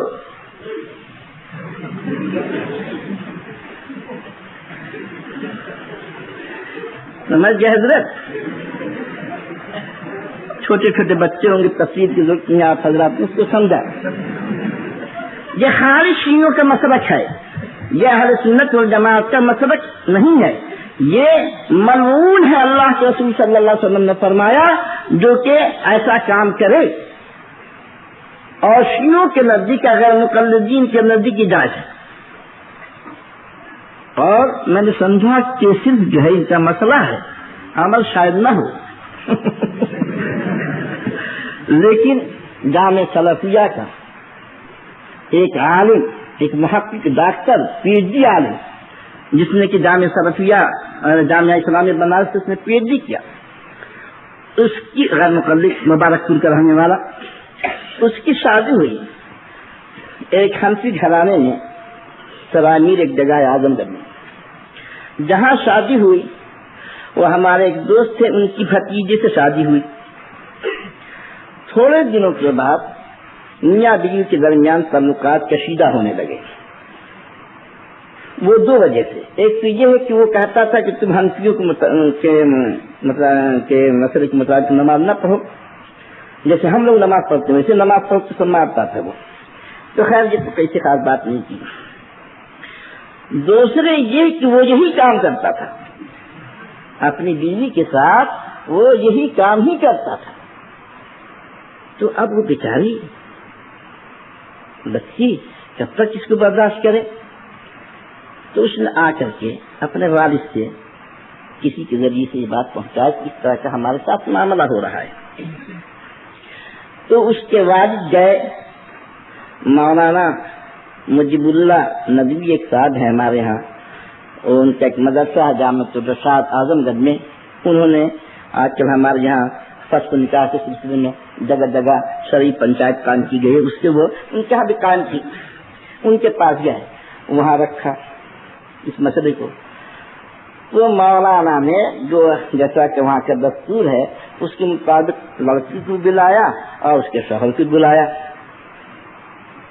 تو مولانا نے کہا کہ میں اور کسی بارے میں آپ سے کوئی تحقیق نہیں کرنا چاہتا, کیا مارتے ہیں, پیٹتے ہیں, کیا کرتے ہیں. لڑکی تو یہ شکایت ہے آپ سے, آپ بتلائے کہ کیا یہ صحیح ہے؟ تو اس نے کہا کہ ہاں صحیح ہے, اور یہ کہا کہ یہ جائز ہے شریعت کے اندر. کہا کہ شریعت میں یہ جائز ہے اور یہ صحیح ہے. تو اس وقت یہ سمجھ میں آیا کہ عملاً بھی ان کے نزدیک اس مسئلے کے اوپر عمل ہوتا ہے. تو اعلیٰ کل حال یہ ایک ان کا مسئلہ ہے. کہتے ہیں کہ جائز نہیں ہے انکار کرنا علی وکیل الازواج والاماء فی الدبر والمتعاطی.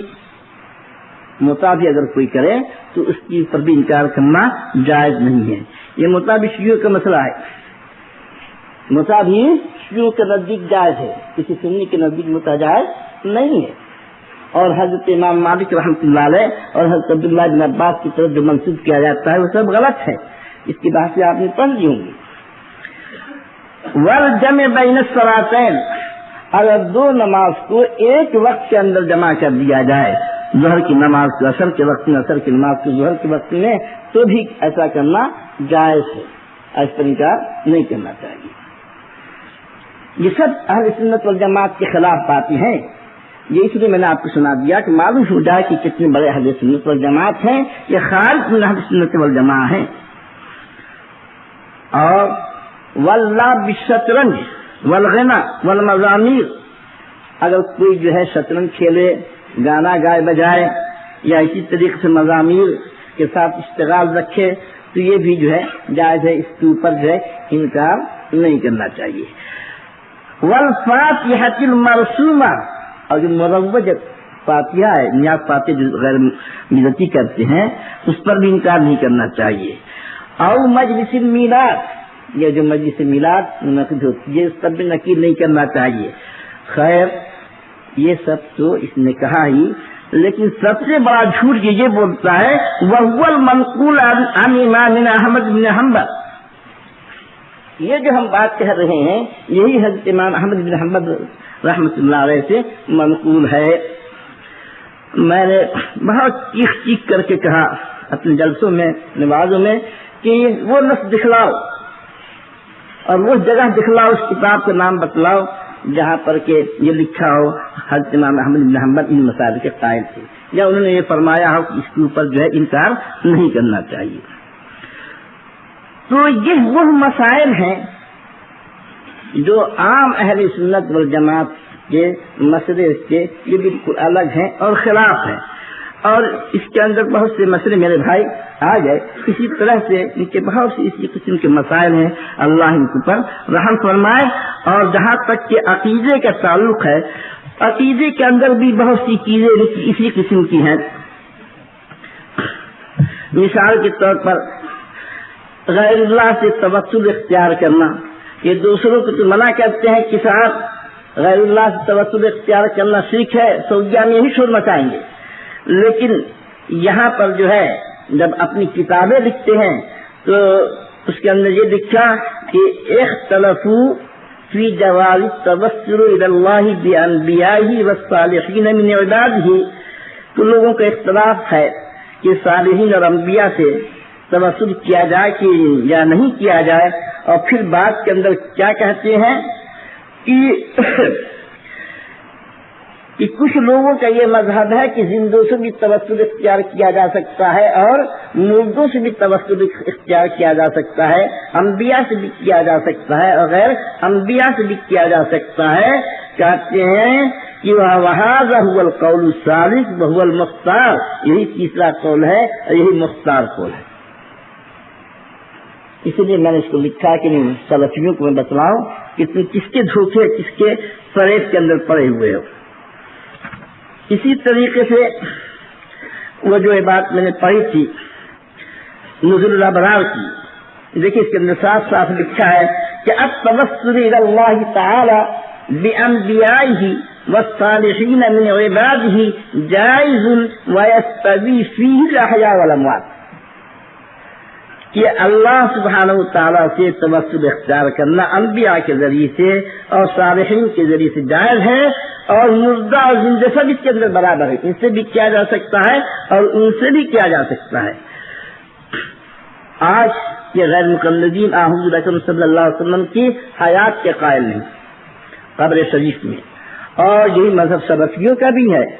لیکن ان کے اکابر جو تھے انہوں نے کیا لکھا، ایک کتاب ہے مولانا نواز صدیق حسن خان صاحب کی، اس کا نام ہے ثمار تنقید وزالت الناشد الغریب.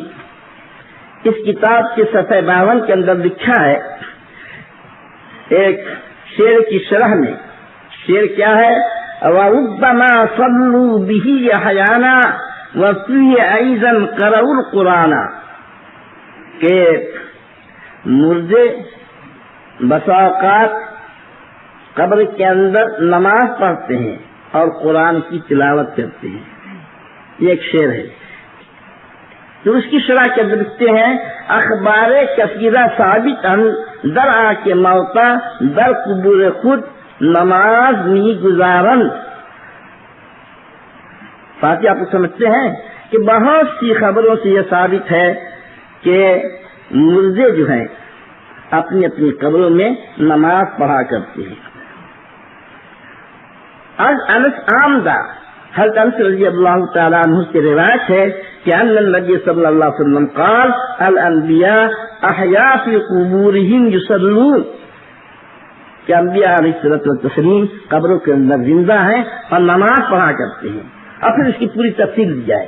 بتلانا یہ ہے کہ ان کے بڑوں کا اس سے پہلے یہی مسلک تھا کہ انبیاء علیہ الصلوۃ والسلام کی حیات ہے اور قبروں کے اندر وہ زندہ ہیں. اسی طریقے سے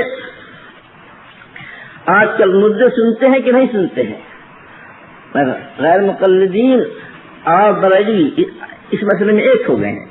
وہ کہتے ہیں لو نادى الاموات عند قبورهم، اگر مردوں کو ان کے قبر کے پاس سے پکارا جائے يمكن ان يسمعوا، تو ان کا سننا ممکن ہے. کیوں؟ لأن الاموات لهم سماع عند اصحاب اهل الحديث، اس لیے کہ ہم اہل حدیث کے نزدیک مردوں کو سننا ثابت ہے. مسئلہ آ رہی ہے؟ یہ بالکل برائیگی والا مسلک ہے. اسی طریقے سے جناب دعا تعریف کرنا ابن ماز کے نزدیک جو ہے جھاڑ پھونک کرنا شرک ہے، اور غیر اللہ کا نام لینا دعا تعویذ کے اندر اس کے شکر حرام ہونے کے اندر تو قطعاً کوئی کلام نہیں. لیکن ان کا مذہب پہلے کیا تھا؟ کہتے ہیں کہ وَأَمَّا الرُّقَى وَالتَّمَائِمُ، رقیہ تمائم جو ہے تعویذ وغیرہ گنڈا وغیرہ، والخیوط دھاگے وغیرہ، التي تذکر فيها او علیہ اسماء اللہ تعالی، جس کے اندر کہ اللہ کا نام لیا جائے یا جس پر اللہ کا نام پڑھا جائے، اور تصویح اسماء او کلام ہو او کلام رسول ہی، یا اس پر اللہ کا کلام یا اللہ کے رسول کا کلام لکھا جائے کہ دعاء المعصور، او اسماء الملائکہ والصالحین من عبادہ، یا ملائکہ کے نام لکھا جائے یا اللہ کے نیک بندوں کا نام لکھا جائے، فلا بأس بها، کوئی حرج نہیں ہے. وتاریخ التمام مروی عن عبداللہ ابن عمر، اور تعریف لٹکانا ہے عبداللہ ابن عمر رضی اللہ تعالی عنہ سے مروی ہے. تو گیا ان کے نزدیک یہ دعا تعریف حتیٰ کہ جو سلفیوں کے نزدیک بالکل حرام چیز ہے، یعنی کم سے کم لٹکانا یہ ان کے نزدیک جائز ہے، اور بلکہ ان کا مسلک مانا یہ بھی ہے کہ مردے جو قبر میں سوتے ہیں ان کا سماع اتنا عام ہے کہ لو ظن احد، اگر کوئی یہ خیال کرتا ہے کہ ان سماع النبی صلی اللہ علیہ وسلم، کیا حضور اکرم صلی اللہ علیہ وسلم کا سماع اور سماع علی اور علی کا سماع اور سماع احد من الاولیاء یا اولیاء اللہ میں سے کسی کا سماع اوسع من سماع عامۃ الناس، عام لوگوں سے کے سماع سے اوسع ہے، اتنا اوسع بحیث یشمل سائر اقطار الاقالیم، تمام کو چھا جائے پوری دنیا کو، اور سائر اقطار الارض، تو کہتے ہیں کہ ایسا کہنا اور ایسا عقیدہ رکھنا نہ شرک ہوگا نہ کفر ہوگا، بلکہ اللہ میاں نے تو بعض جانوروں کی سے زیادہ قوت عنایت فرمائی ہے، تو نبیوں کو کبھی وہ قوت حاصل ہوگی، بات نہیں آتی۔ تو ایک عقیدہ ان کا حضرت والا یہ بھی ہے، اور ایک عقیدہ یہ بھی سن لیجئے کہ ان کا عقیدہ یہ ہے، یہ معمولی آدمی کی بات نہیں ہے، یہ نواب صدیق حسن صاحب کی بات ہے۔ پہلے کو عربی میں سن لیجئے، اس کے بعد میں آپ کو عربی عبارت کا جو فارسی سے جو ترجمہ کیا ہے وہ فارسی عبارت بھی سنا دوں گا۔ اللہ کے رسول صلی اللہ علیہ وسلم پر جو صلاۃ و سلام پڑھا جاتا ہے تحیات کے اندر، بحث اس کی چل رہی ہے کہ جو ایھا النبی ورحمۃ اللہ وبرکاتہ کہا جاتا ہے یہ کس طرح کا خطاب ہے۔ تو فرماتے ہیں کہ وقال بعض العارفین ان هذا الخطاب، کون سا خطاب؟ ایسی قوله علیہ السلام علیک السلام علیک ایھا النبی کے اندر جو علیک کا یہ خطاب ہے بجہت سریان الحقیقت المحمدیت علیہ الصلوۃ والسلام فی سائر الموجودات و افراد الممکنات۔ کچھ سمجھا؟ نہیں سمجھا؟ میں وہ بات کہہ دیا ہے کہ زمین اوپر ہو جائے آسمان نیچے ہو جائے، فرماتی میں ہے کہ جو علیکہ کا خطاب ہے وہ اس طرح پر ہے کہ حقیقت محمدیہ علیہ الصلوۃ والتسلیم تمام موجودات کے اندر سرایت کیے ہوئے ہے، سمجھ گئے؟ تمام موجودات کے اندر سرایت کیے ہوئے ہے اور تمام افراد ممکنات کے اندر سرایت کیے ہوئے ہے، یعنی آپ کے اندر بھی کیا ہے؟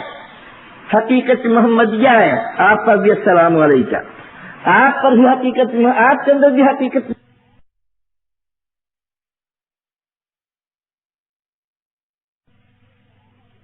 یہ فلاح ہے، یہ فلاح ہے، حتیٰ کہ یہ جانور ہے، اس کو بھی جو ہے معاذ اللہ ثم معاذ اللہ زبان سے بات نہیں کی جاتی۔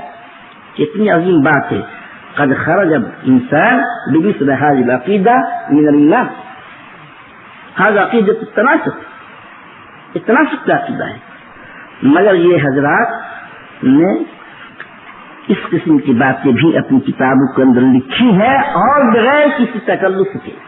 فرماتے ہیں کہ بجہت سریان الحقیقت محمد علیہ الصلوۃ والسلام فی سائر الموجودات و افراد الممکنات فإنه صلی اللہ علیہ وسلم موجود و حاضر فی ذوات المصلین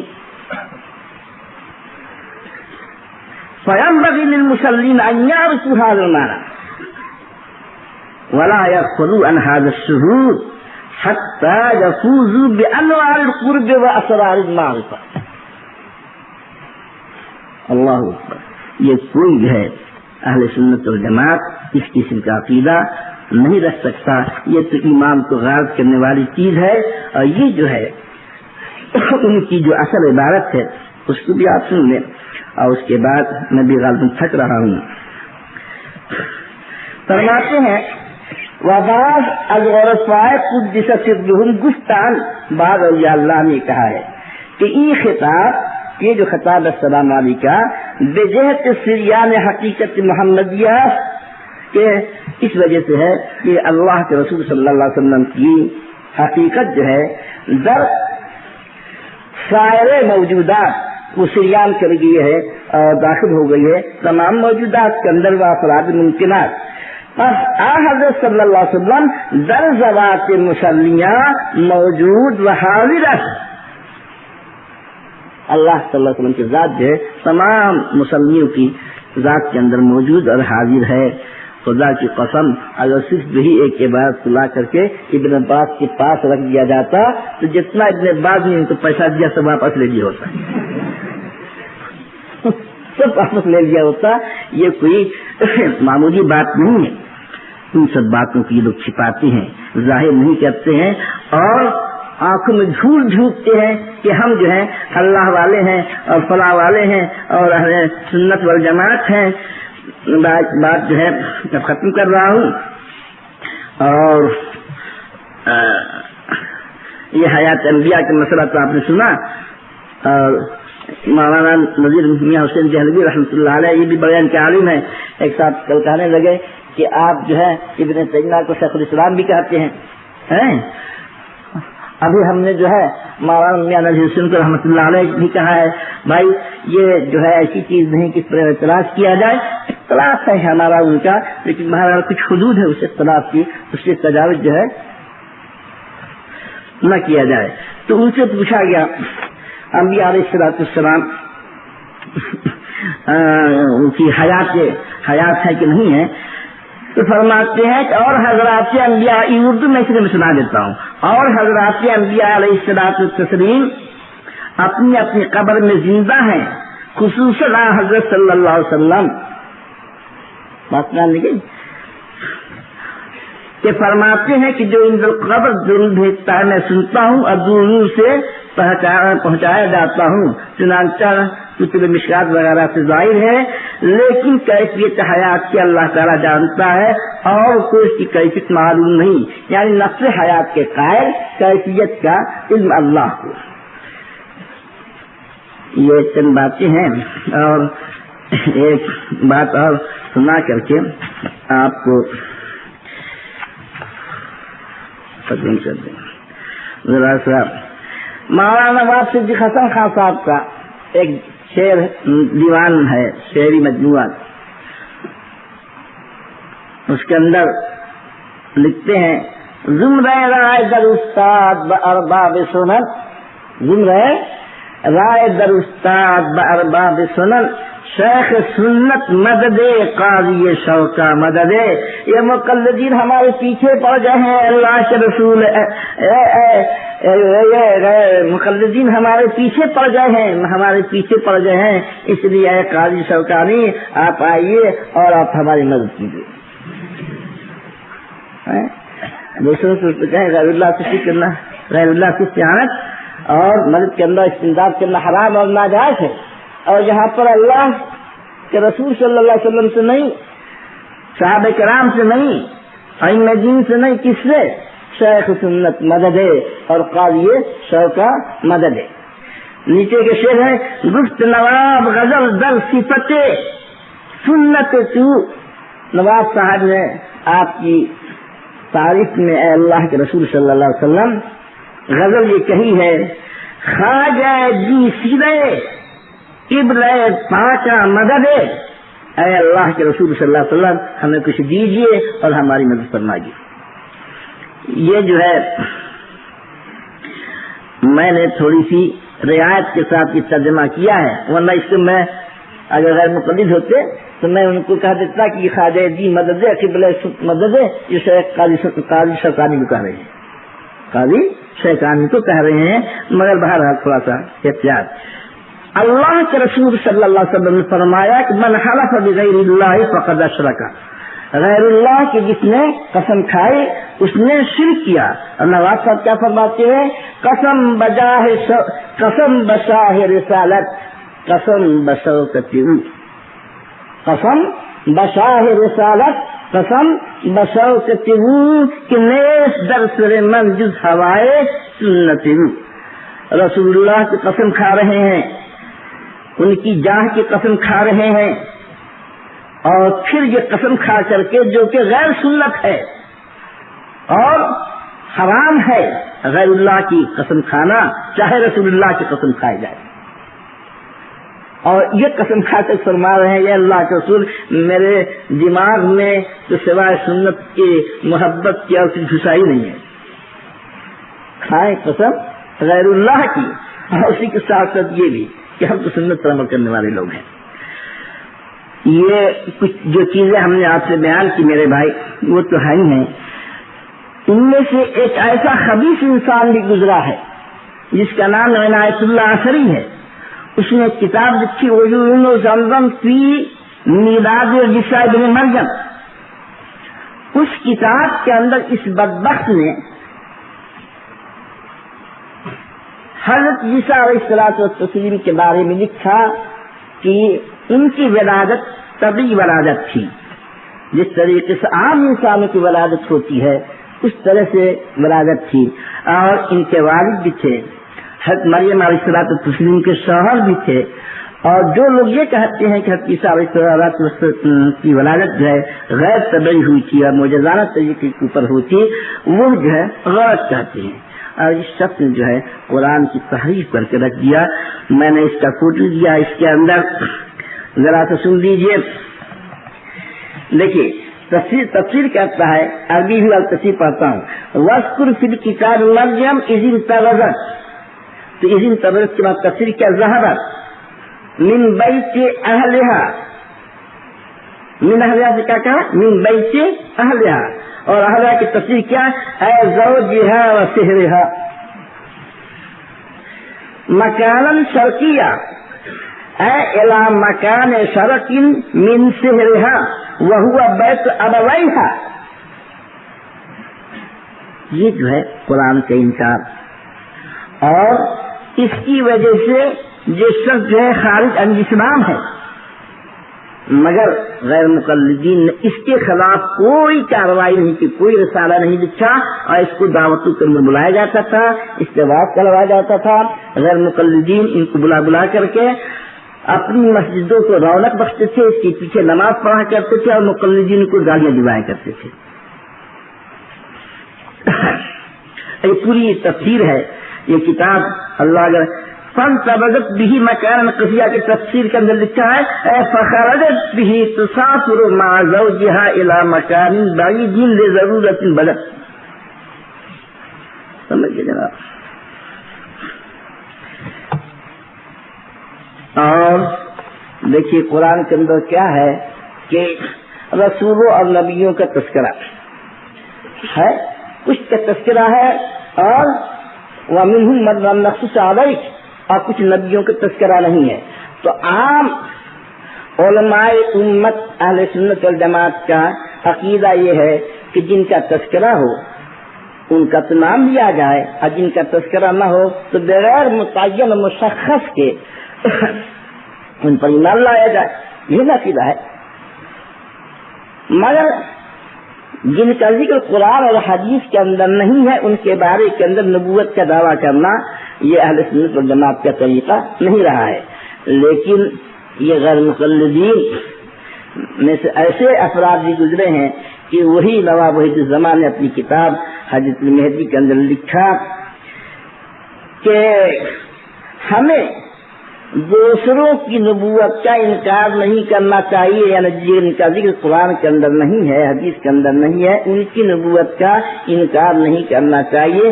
اگر ان کے دین والے ان کو اپنا نبی سمجھتے ہو تو مثال کے طور پر فرماتے ہیں کہ ہمارے لیے مناسب نہیں ہے کہ ہم دوسروں کی نبی کی نبوت کا انکار کریں اگر تواتر سے یہ بات معلوم ہو کہ فلاں قوم والے ان کو اگر جو کفار ہے ان کو انبیاء اور اپنا رسول اور صبح میں سے ان کا شمار کرتے ہیں. مثال جیسے رام چندر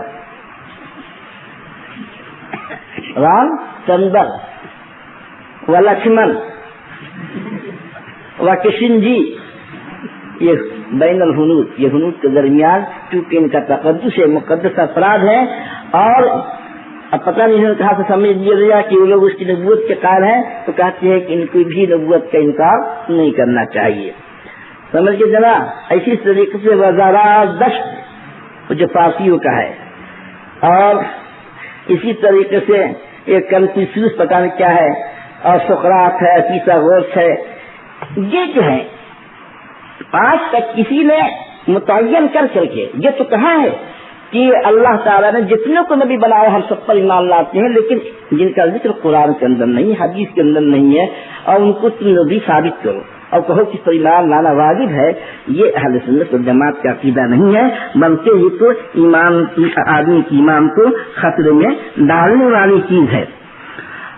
تو بہرحال یہ اپنے عقیدے کے اعتبار سے، اپنے مسائل کے اعتبار سے، اور رات جو ہے شاید میں نے جب یہ کہا تھا کہ ان کا مسئلہ یہ ہے کہ ان کے نزدیک شراب جو ہے نجس نہیں ہے، تو بعض ہمارے طلبا نے تعجب کیا تھا، مگر حقیقت یہی ہے کہ ہم نے اس کتاب کے اندر جو نزول ابرار کی فوٹو دیے ہیں اور حضرت مہدی کی فوٹو دیے ہیں، اس کے اندر ایک جگہ نہیں بار بار یہ لکھا ہے کہ وصحیح ان الخمر لیس بنجس. صحیح بات یہ ہے کہ شراب جو ہے نجس نہیں ہے. اور اب ایک آخری بات کہہ کر کے میں اپنی بات کو ختم کر رہا ہوں، 12:30 بجنے جا رہا ہے، کہ یہ آپ یہ نہ سمجھیں کہ یہ جو کتابیں، جن کتابوں کو میں نے حوالے دیے ہیں، یہ کتاب یہ غیر معتبر ہے. یہ غیر معتبر کتاب نہیں ہے. آپ حضرات اس کو نوٹ کیجئے، صفحہ نوٹ کیجئے، کتاب کا نام نوٹ کیجئے، تاکہ اگر کبھی کوئی یہ کہے کہ صاحب یہ ہے کتابیں ہمارے نزدیک جو ہیں غیر معتبر ہیں، تو آپ اس کا رد کر سکیں. اس کو ہم اس کے بعد ہم بات ختم کرتے ہیں. دیکھیے یہ ہے کتاب جماعت اہل حدیث کی تصنیفی خدمات. کتاب کا نام کیا ہے؟ لکھنا جماعت اہل حدیث کی تصنیفی خدمات. اور اس کے لکھنے والے ہیں رئیس احمد ندوی، عبدالسلام مدنی، محمد مستقیم سلفی. 3 آدمی نے مرتب کیا ہے. اتنی موٹی کتاب ہے یہ، 1400 صفحات سے زیادہ کی. اس کے اندر غیر مقلدین نے اپنے اکابر کی تصانیف کو جمع کیا ہے، اس کا تعارف کرایا ہے. اور یہ تصنیفی خدمات والی جو کتاب ہے ادارت البحوث الاسلامیہ والدعوہ والبستہ بالجامعۃ السلفیہ بنارس الہند سے شائع ہوئی ہے. جامعہ سلفیہ بنارس کی کتاب شائع ہوئی ہے. اس کتاب کے صفحہ 66 پر یہ ہے کیا لکھیے کہ یہ کتاب بھی فقہ اہل حدیث کے موضوع پر ہے اور عوام نے بہت مقبول ہے. حدیث المہدی اور نزول ابرار کا اس طرح سے تعارف کرایا ہے. سمجھ گئے؟ یہ کتاب بھی کس میں ہے؟ فقہ اہل حدیث کے موضوع پر ہے اور عوام نے بہت مقبول ہے.